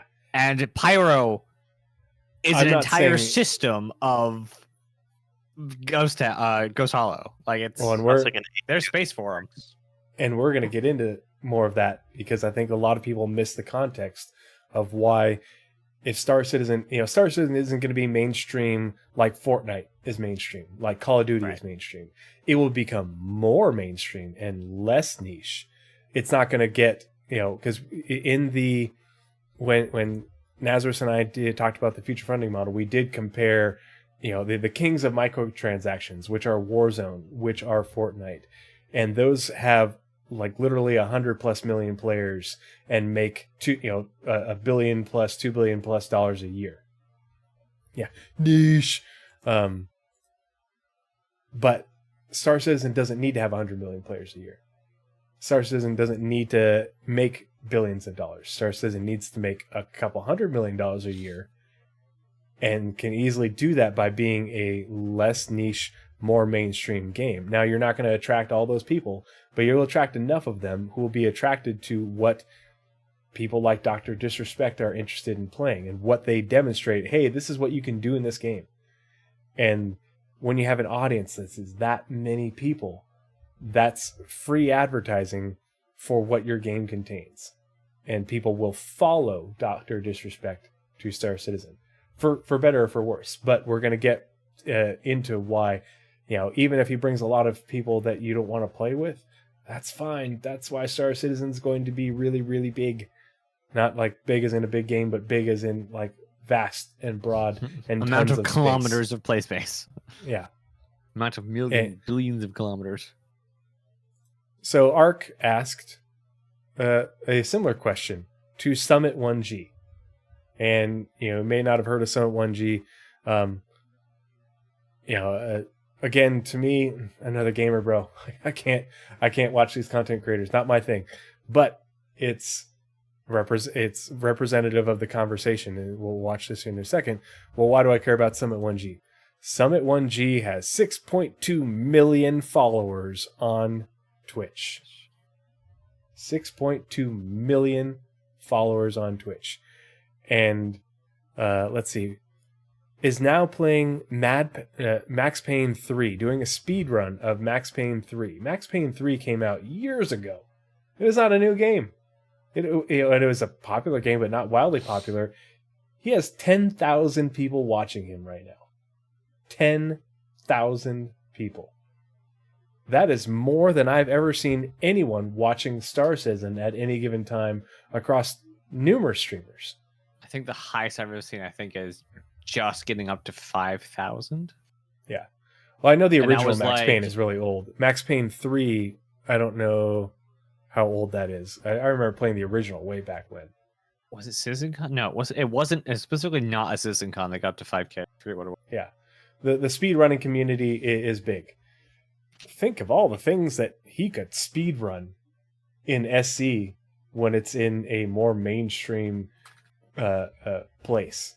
And let's watch the video and see what someone G had to say about Star Citizen. And again, I'm going to drop this one in the chat. Please go give Ark subscribe to him on YouTube. Give him the views and the likes for putting this out, because I think this is good content and it's relevant. Hey citizens, it's me again. In one of my latest videos, we heard from Dr. Disrespect about his thoughts on the Star Citizen project. Hey Doc, what are your thoughts on Star Citizen, says Ark with a 666. And today I tuned in early to catch a Summit 1G stream where we asked him the same question. Summit has played the game before, so it was going to be interesting to see what he thought about the project, coupled with his experience of it. Fantastically, Summit talks about Burks and also another mystery Star Citizen streamer he doesn't mention by name, but he does describe that someone having long black hair and a hat. I have a sneaking suspicion I know who that could be, but why don't you tell me who you think that could be down in the comments below? Let's roll the clip. Summon, any thoughts on Star Citizen project lately? I don't really have a thought on it. That's kind of always a game that I'm looking forward to eventually spending a lot of time in. A guy named Burks that I talked to and played with back in the maybe a couple years ago or something like that was kind of like reassuring me that the game will get to a playable state eventually, with some updates where they had some lag issues and yada yada yada. There's some pretty detrimental bugs to that game, to its play, but once it gets to a really playable state, I'll be on that bitch. I need some more goals and like things to think about. It's almost like Sea of Thieves without many goals to it. It's more like kind of go out and do your thing, but I'd almost like it to be a little bit more like Sea of Thieves, where it wants to bring people together, it wants to put some more points of interest on the map and stuff like that, not have lag and shit, and have some sort of something, that I can sink my teeth into, essentially. Because right now, the way it is, it's like,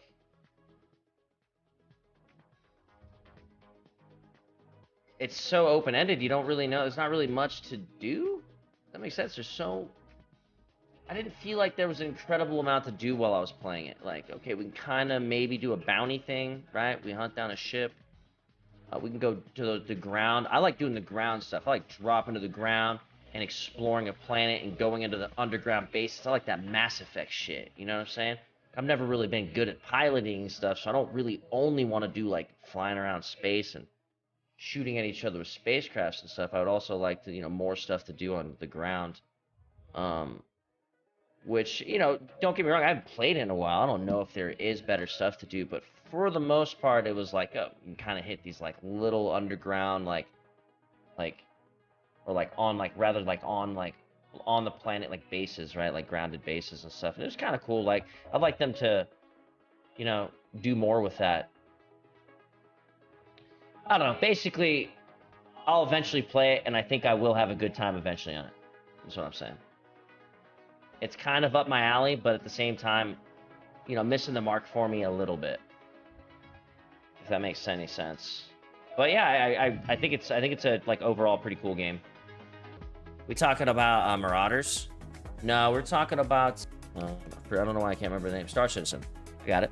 Yeah, super cool answer. Summit Burst is a really cool creator. Yeah, he was a really good guy, man. He was showing me around, and yeah, man. He'll be my first hit when we go back, basically. Definitely check in with him again. Oh yeah, he's the first hit. Don't you worry. There's another guy that I watched play Star Citizen. He's got like longer black hair. And we don't need to finish the rest of it, but there's a few things that he mentioned, and yeah, obviously he's not the most articulate guy in the room, but so he talked about he said there wasn't a lot of direction, wasn't a lot of goals. He didn't know what he was doing, and so he's like, you do some bounty missions, blah blah blah, and probably played several years ago. What did we just talk about a whole lot during the Roadmap Roundup? Missions. The mission feature team is going nuts. I think also on top of making that, new missions. Like, the problem is we have a lot of stuff, but not a lot of goals. Mm-hmm. Yeah, there's And not a lot of progression.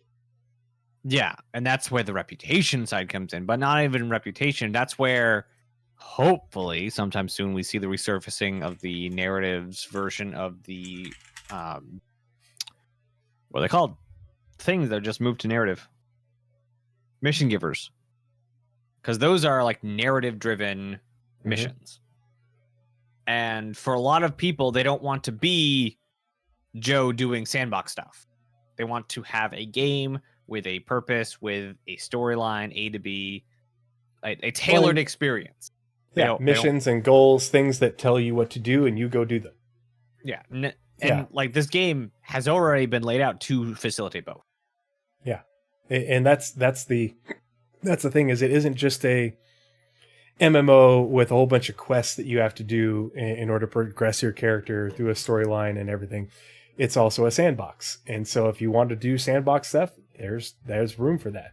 But it's an MMO, and you're going to have reputation, and there's lots of missions that you will be able to do. Obviously, lots of missions that they're working on. The other thing that he talked about is he's like, I'm not really into flying, not a good pilot. Master modes. What is simplifying flying? Master modes, by slowing down the combat. And the other thing that is, and a lot of people will say, well, the people will be turned off by the survival mechanics. People will be turned off by the having to maintain your ship. There's a counter to that as well. If you are playing in a small system with lots of infrastructure, you don't have to worry about the survival mechanics. It isn't going to get you. You don't have to worry about maintaining your ship. There's a station every few feet, and you can pay someone to maintain your ship for you. Those things are optional. And master modes, and making ship combat slower does make it much more approachable to the average gamer. But even then, even if you don't want to fly your ship, and that's what I suspect, is a lot of these mainstream streamers and the people who follow them want more of the first-person gameplay. They don't want to fly spaceships. They want the first-person gameplay, which is fine. You don't need, and this is something that I like to fly my dropship and drop people off to go do first-person gameplay. And if he and a whole bunch of people in his crew want to go do bunker missions or whatever, all they need is one pilot. And you don't need a hotshot pilot to go do that stuff. You need somebody who can just get the ship onto the flipping ground. Because you're not doing dogfighting or some complex fleet maneuver. You're just flying up near somewhere, and then you drop everyone on the ground. They run over, and they do the contract. And so not only did we talk about a lot about missions, but we also looked at a whole bunch of development going on with multiple different teams on points of interest. And that's what Star Citizen is lacking, because right now we can only have so many points of interest in the game because of the limits of the server. We had to remove an entire flippin' moon with a moon base on it because the server is getting too full, and we couldn't include Crusader. And they've been essentially cycling in and out points of interest in order to get them tested and optimizing the way they build things, so that way they can add more stations, they can add more points of interest that reuse the same assets, rather than creating things that are bespoke, because that allows them to add more points of interest. But we have all sorts of work on different types of points of interest, both in space and on the ground, where first-person gameplay will occur that is going to cater very heavily to this crowd, to the people who want to do first-person gameplay. I'm one of those people. I'm not a good pilot. I think I'm a pretty decent dropship pilot, but I love to do EVA-type stuff. I'm looking forward to doing EVA to get onto stations to do contracts. I love to land on the planet and go do retrieval missions and find artifacts. I'm looking forward to doing more cave spelunking to find minables and do investigation missions. But there's also going to be lots of combat involved in all these things, and plenty enough for all these people who want to dig into this kind of gameplay. This is why, even though someone said he only has a passing knowledge of Star Citizen, that's fine. When the game gets to a better state, someone's going to let him know, and he's going to check it out, and he's going to start learning about it, and people are going to follow, and they're going to watch, because he sees that there's the potential for something that he'd be interested in, that the mainstream gaming community would also be interested in. And that's free advertising. He's also on YouTube and has, he only has 729,000 subscribers. Jesus. So we got a few more clips, and then we're going to look at some things. But let's talk about what CIG's actual goals are for this, and why this is relevant to the conversation. Why this is the direction where they're going. So we're going to watch like a minute of this. And so this is from Star Citizen Live Mission Theory. We were just talking about missions. And we're just talking about all the missions that they're adding, that they're building. But this is from November 15th, 2019. And so I'm going to drop this in the chat with the timestamp. And remember, if you're watching this live on YouTube later, this will be in the show notes as well. And so that's in the description below. This is our last show before CitizenCon. So, here in Wilmslow, United Kingdom, we are taking questions from the community today about missions, mission features, mission gameplay in the persistent universe. You can submit your questions live in one of two places, either on Spectrum, our communication platform available on robertspaceindustries.com, or on Twitch, where we are broadcasting live. If you're watching this later on YouTube, thanks, but you can't participate. Sorry. All right, we also put up a thread earlier this week to start collecting questions ahead of time while the new questions come in throughout the day, so we're going to start with some of those. Those questions also got voted up to see which ones people wanted us to address most. Right off the bat, let's just jump into it. We only got an hour here. Current missions tend to require flying all over the star system, which, while good for keeping people moving and testing, can fatigue the player with long quantum travel durations. What's the philosophy behind having players traveling all over the place for more missions instead of having like a group of missions that keep you within a single planetary system? Always nervous about philosophy. Mm-hmm. Okay, so the philosophy going forward is that we try and make enough content to fill a planetary system to keep you there for a good long while. So we're aware, travel times are a big investment and quite dangerous sometimes as well. So what we're going to do is I take like Crusader, right? It's the first planetary system we built, and I'm sure everyone will be able to see that it's a lot more dense with content than the other planets. We want to get the other planets up to the kind of same parity with Crusader, and beyond, obviously. But, and just for folks who maybe haven't been with the project since 2.0, Crusader, we're talking about the space around Crusader, the space, not the planet, which is the still planet coming. and its 3 moons. Yeah. You'll notice there are like space stations in there that don't exist elsewhere. They are kind of legacy things, these one-off builds that I'm sure we'll get to later, like how we're going to have abandoned rest stops and things like that. So we'll soon be making huge leaps forward in the content and the locations that we can add to the other systems. Like I did take a quick look at the kind of ratios of local, let's call them local missions versus ones where you go to another planet.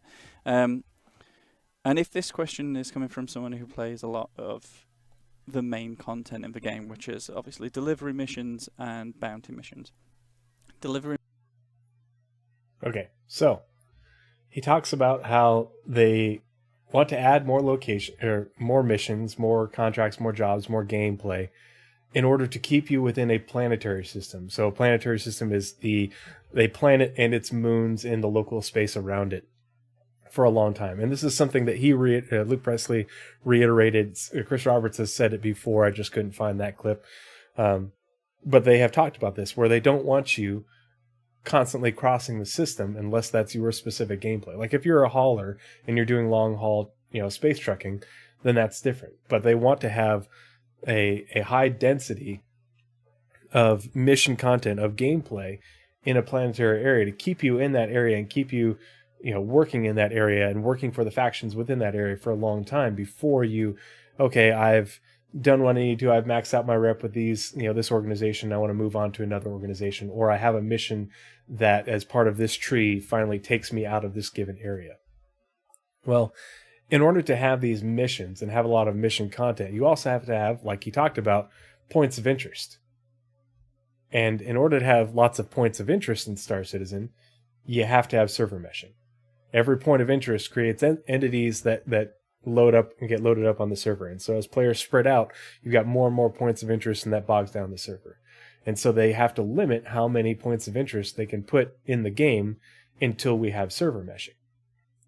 And that's why we have seen so much development on the tools to make points of interest and then the different points of interest types in the last couple of years, because they're ramping up in order to be able to produce lots of points of interest in a short period of time in order to fill up Stanton.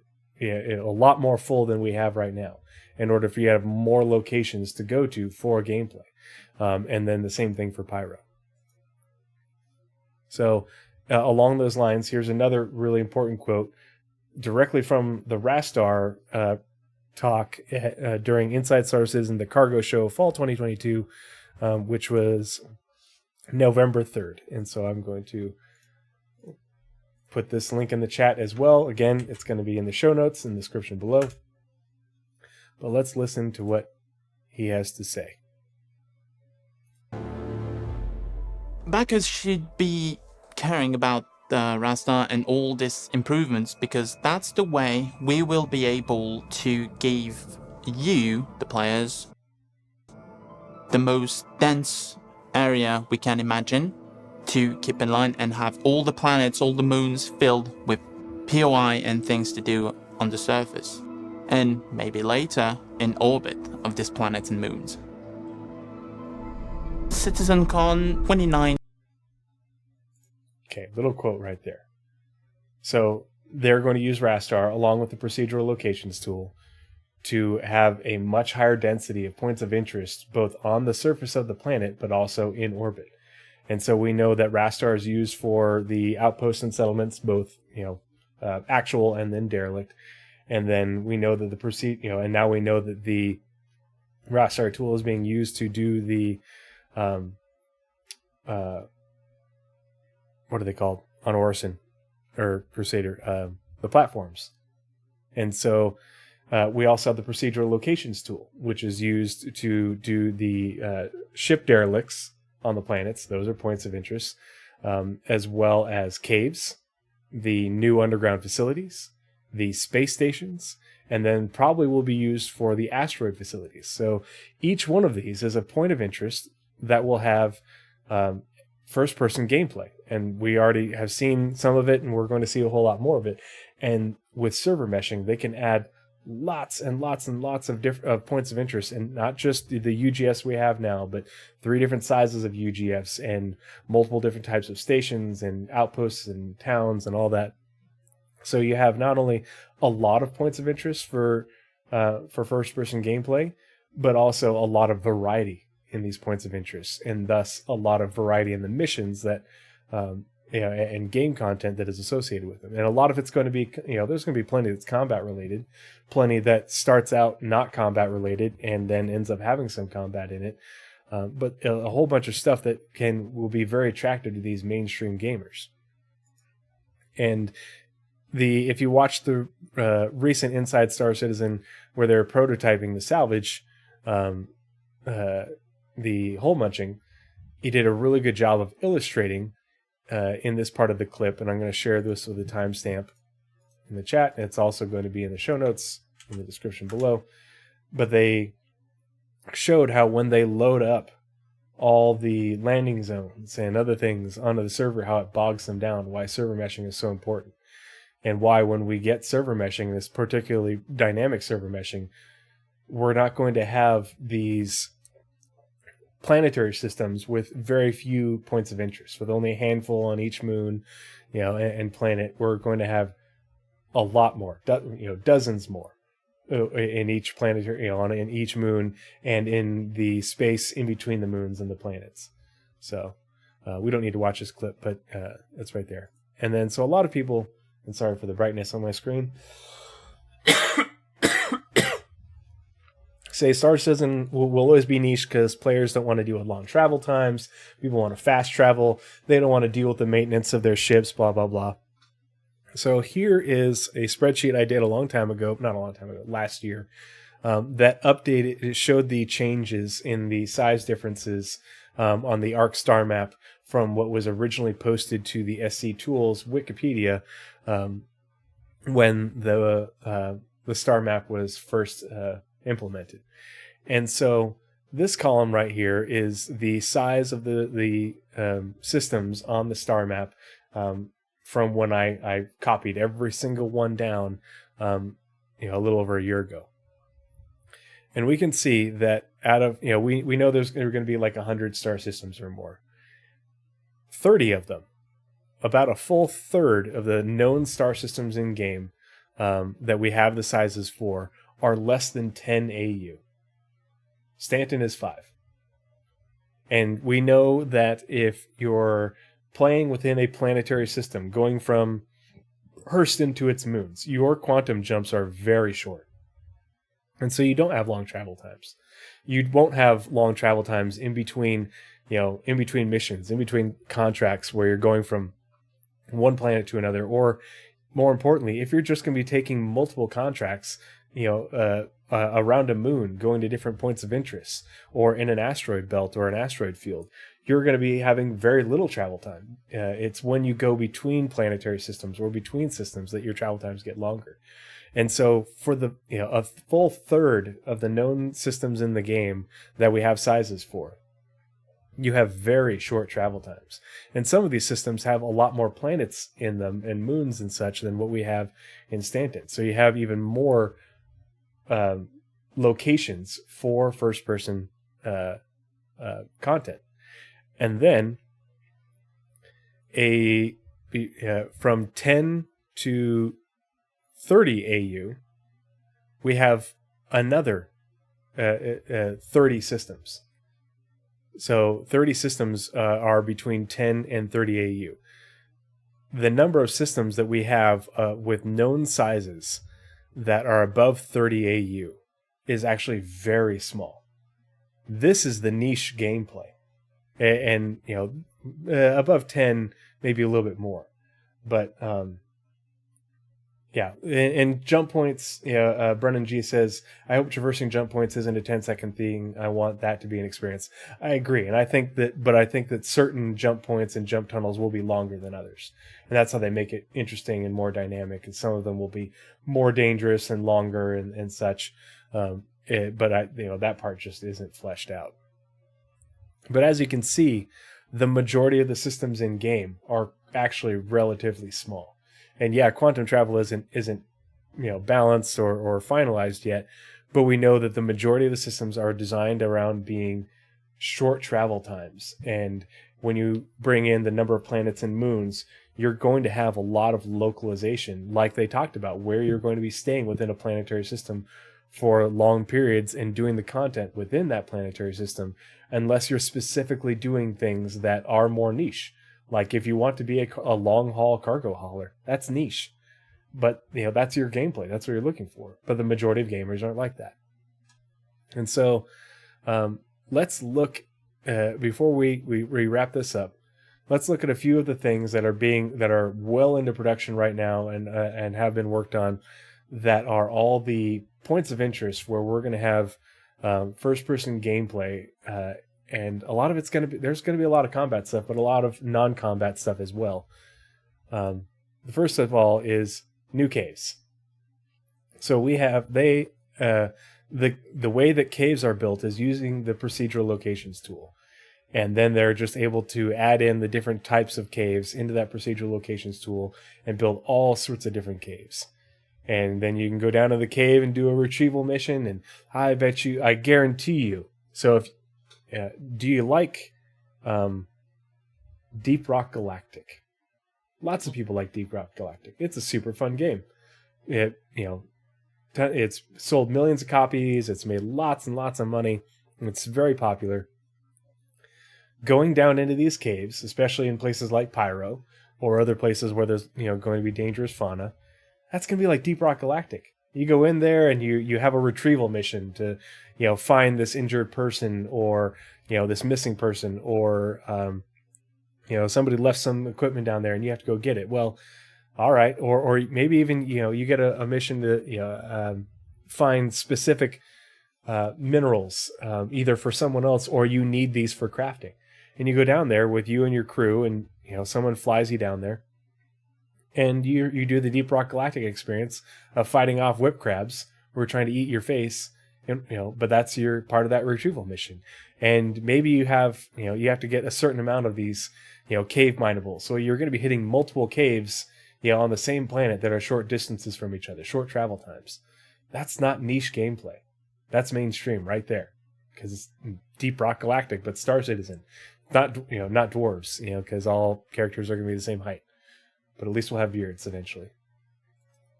Space stations. We have space stations in Stanton right now. We're going to have lots of outlaw stations in Pyro, and there's going to be abandoned stations as well. Lots of room for, these interiors of these space stations are absolutely massive, and we only use a small portion of it right now. And they're going to fill up these interiors with lots more rooms and different places to go for all sorts of different gameplay. And, all sorts of different missions. But this is another point of interest where you will have mainstream type gameplay going on, as well as niche stuff, but a lot of mainstream going on.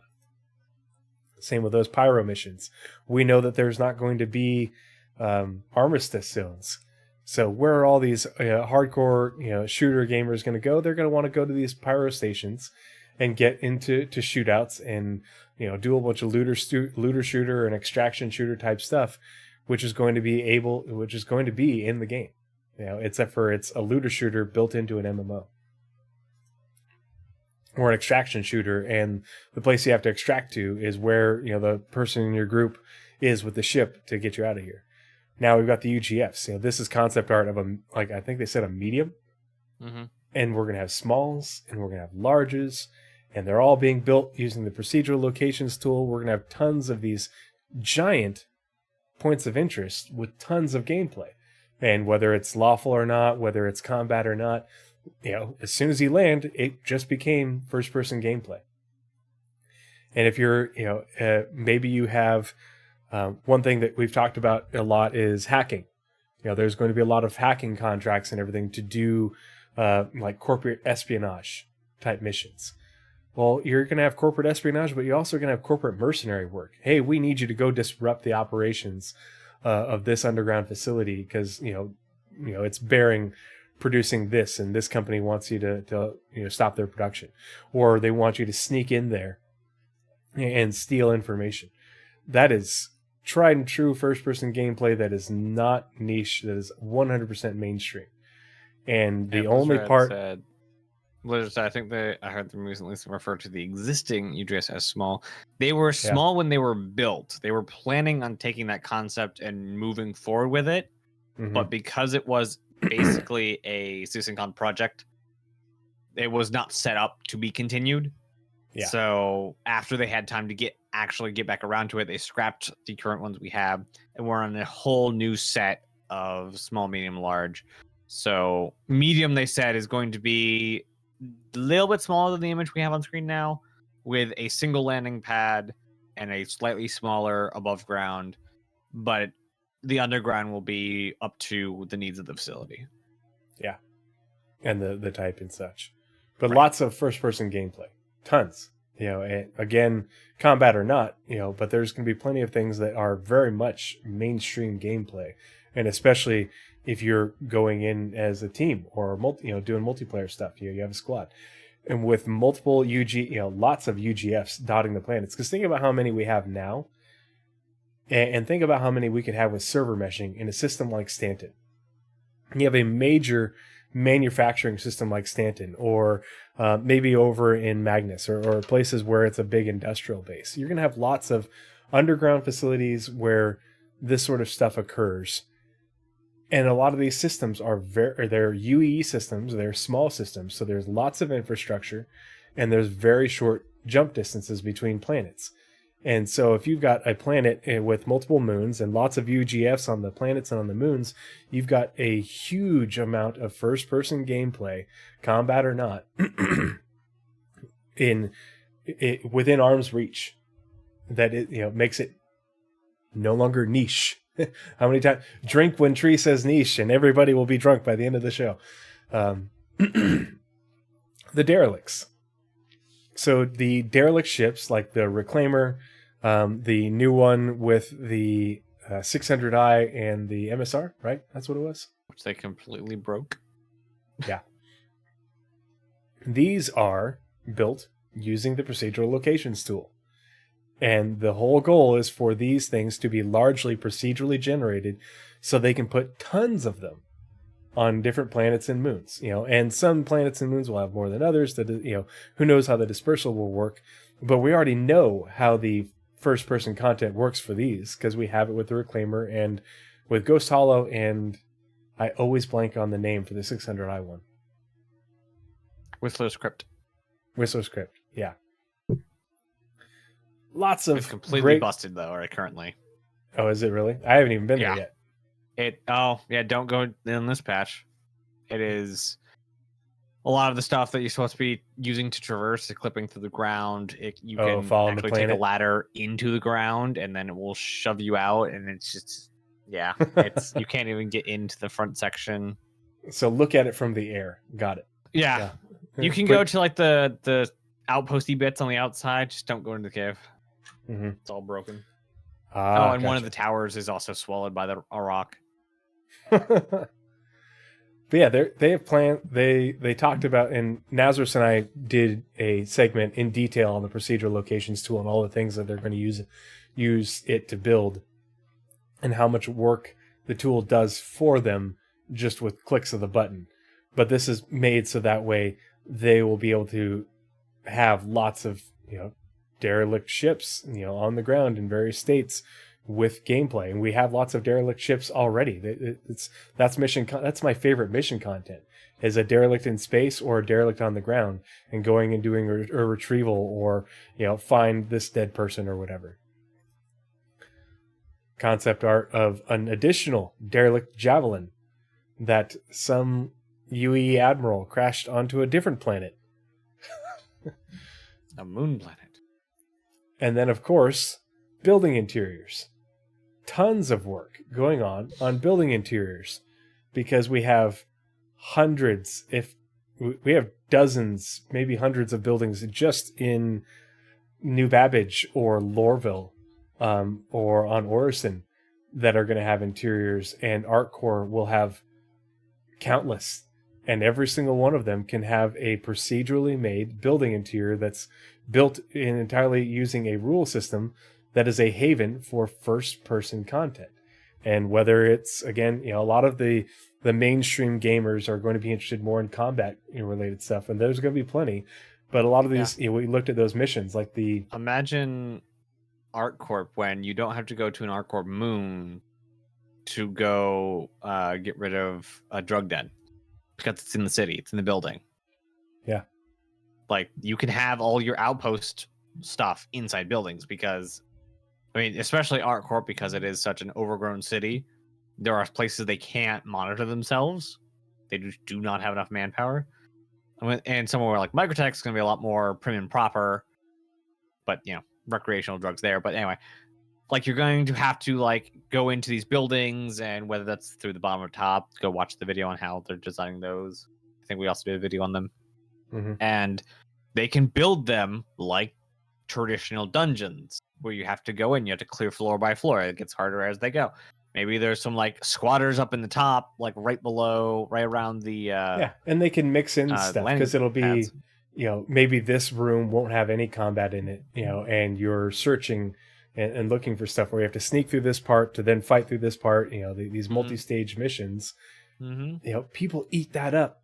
And if you can just daisy chain these sorts of contracts working for ArtCore Security or whoever, hey, we've got a suspected whatever, drug den or smugglers in this building, and we need you to clear them out, check them out, and bring back this, and this. That's a lot of content in a short period of time, and all you have to do is, pick up ship, fly over here, land on pad. Pick up ship, fly over here, land on pad. Pick up ship, fly over here, land on pad. And once we have building interiors, I think it's pretty obvious that they're trying to get player housing in the first one. Mm-hmm. It won't be spawn, go to station, go back to a building. It will be spawn in hab, your own hab, go to hangar, go. Yep. So, hopefully. Yeah. But, like, that seems the direction they want to go. Less taking time for time's sake and more actual reason for movement. Mm-hmm. And this is all just things that they are building with the procedural locations tool. Things that have received a ton of work recently and are continuing to receive a ton of work. This is the Montreal team and the Sandbox teams just going absolutely ham with the tools that they have built. And then, of course, my favorite, the nebulous asteroid facilities, which are only on the progress tracker, and we had this little glimpse of what might be something like an asteroid facility during the CitizenCon last year. But again, if they use this, could very well just be essentially a UGF, mixed with cave, in an asteroid. And we have asteroid belts in, tons of systems in Star Citizen, asteroid belts and asteroid fields. And these things are mentioned in the lore on the Galactopedia for systems like Nyx. And think of how much FPS content could be, or first-person content could be in a giant... You've seen, when you get up close to these asteroids, you've seen how big they are. And we know how big the UGFs are going to be. If you can fit a whole UGF or something bigger in here, there's so much room for content, especially with the procedural mission tools, and the dynamic mission system. And again, this is just the procedural locations tool. We already talked about Rastar because we had that little clip with the guy with the interesting accent talking about Rastar, but they're using Rastar to build the outposts. And here we are on a planet with really cool, interesting, dynamic locations, and they talked about how they're putting 52 different outposts in Pyro. Do you think that's concept art for the new salvage yards from earlier? It could be. I don't know. Tom's salvage yard. Yeah, but it's like there's all those pieces of ships lying around. Yep. But again, we saw this kind of first person content demonstrated was CitizenCon 2951, right?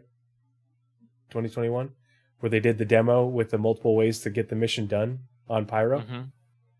Yeah. If you have a planet or moon that has literally dozens of outposts like this, both active and derelict, you barely have to go into space, let alone make a long quantum jump, to have tons and tons of content, first-person content, that is super mainstream. And again, we all know the derelict outposts. Again, these are made using Rastar.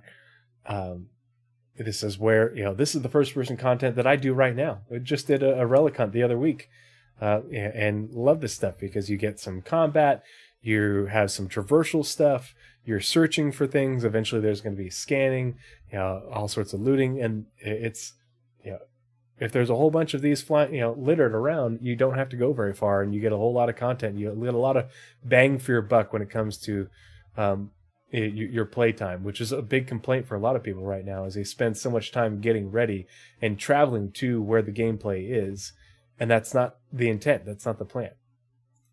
Lastly, and this is just a picture of an Orison platform, not the ones that they're building right now, but they're using the Rastar tool to build more Orison platforms, which is essentially just like an outpost or a facility or a UGF, but on in Crusader's atmosphere.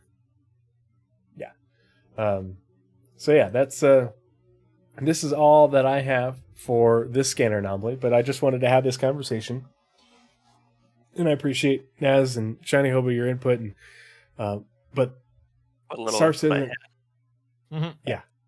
supervising, but the Star Citizen is niche right now because it isn't done. It's niche right now because we don't have server meshing to allow us to put lots of points of interest in the game. And it's those points of interest which are the endpoints for many of those missions that are being built. But once we have server meshing, I think right around the time we start seeing a squadron release, I think we'll have we'll call it a public release of Star Citizen, because they need the engine debugged enough to run smoothly for Squadron and most of the gameplay. So it's a good time to try and find two parallel areas where we start seeing this Star Citizen side be a lot more bug free, and it would make sense to have a release product to spill over from the Squadron sales than a in dev, this is just the worst experience, or the worst experience than what you were just playing. But don't worry, it'll get better. But if they had a release product and saying, hey, we're going to continue developing this side of it while you guys wait on your episode 2, you can come play Star Citizen. Mm-hmm. Yeah. But yeah, that's I think it'll be a much spare space and much more mainstream. Yeah, it's only going to get more mainstream as the game gets more fleshed out. And there's going to be a lot of things within the game that aren't mainstream. Mining is not mainstream. Long distance, cargo hauling in general, but long distance cargo hauling is not mainstream. Salvaging isn't mainstream.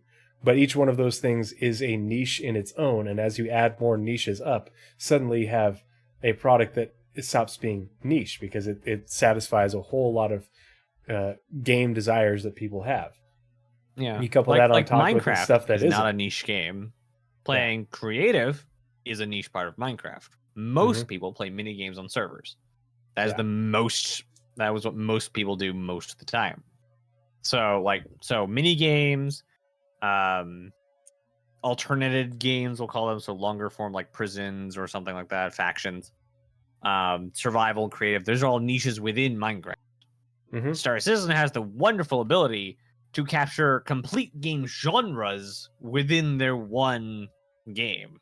So not only do we have vehicles, FPS, which we've been talking about a lot, we have racing games or racing sims, we have Euro Truck, we have farming, fishing, the list goes on and on and on of what other genres that will be in Star Citizen. So Star Citizen, I would expect to get to a point where Star Citizen is not niche, but it will have several niches within it. Yeah, But lots like of you said- niches within it, and then the first-person gameplay, particularly the combat, is not niche at all. You know, it's definitely niche if you want to go to null and do your first-person combat there in a system with 120 AU and very little infrastructure. It's not niche to do that in the majority of the game that is planned. And what were you saying, Hobo? Oh, I just said to concur. I think that there's a lot of different things you'll be able to do in Star Citizen, and it'll become the least niche game because it has every game. Then I guess then it becomes niche because it has so much stuff, but it's like super niche. Super niche. Right? Mega niche. It's the superset of all gameplay becomes niche. itself. They're building a game that contains the most mini games within it of any game ever. Yeah, that's pretty niche. Yeah, that is a unique thing. How I understand it is like the definition says, or interest appeals to a small specialized section of the population. So like you can't really have a game that's you can't be niche in the larger sense is what I'm trying to get at least to my definition. If it's different because it's the biggest, that's not niche. It's the opposite of niche. It's not a small. It stops being a small niche. It's a becomes uber niche. Yeah. All right. Well, it is late, especially for Nazeris and Shiny, and I have to get up early and take care of the kid and get him off to the nanny before I go to work. But I just want to say thank you to everyone who's been hanging out in chat. Really appreciate everyone's support and being a part of the show this evening. I've been averaging over 20 viewers like the entire evening, which is just awesome. So thanks so much for everybody hanging out. We have a number of new people who came and hung out in chat. So I love seeing new faces, and we appreciate the interaction. Thanks again, Shiny, for the donation. And crap, who was it that subbed? I apologize. Someone subbed. Thanks so much for the sub. And since there's still 15, 16 people hanging out, we should raid somebody. Because it's the right thing to do, and we're trying to pay it forward. Manage stream. This is how I do it because it's the only way I know how to do it. All right, so who should we raid? Is there anyone playing Star Citizen? Viridi is playing Mafia. Marcus the Way is playing Star Citizen. We're going to raid Marcus the Way. All right. Thanks again so much. We appreciate you guys. Love all your faces. If you enjoy this conversation, you want to have more of it, come hang out in the Discord, and we will see you later. Nazeris, take us away. All right. As I said, thank you everyone for watching, and as always, be kind. Bye, everyone. Bye-bye. Good night. Thanks again, Shiny, for joining us. No problem. I'm waving too. You can't see me.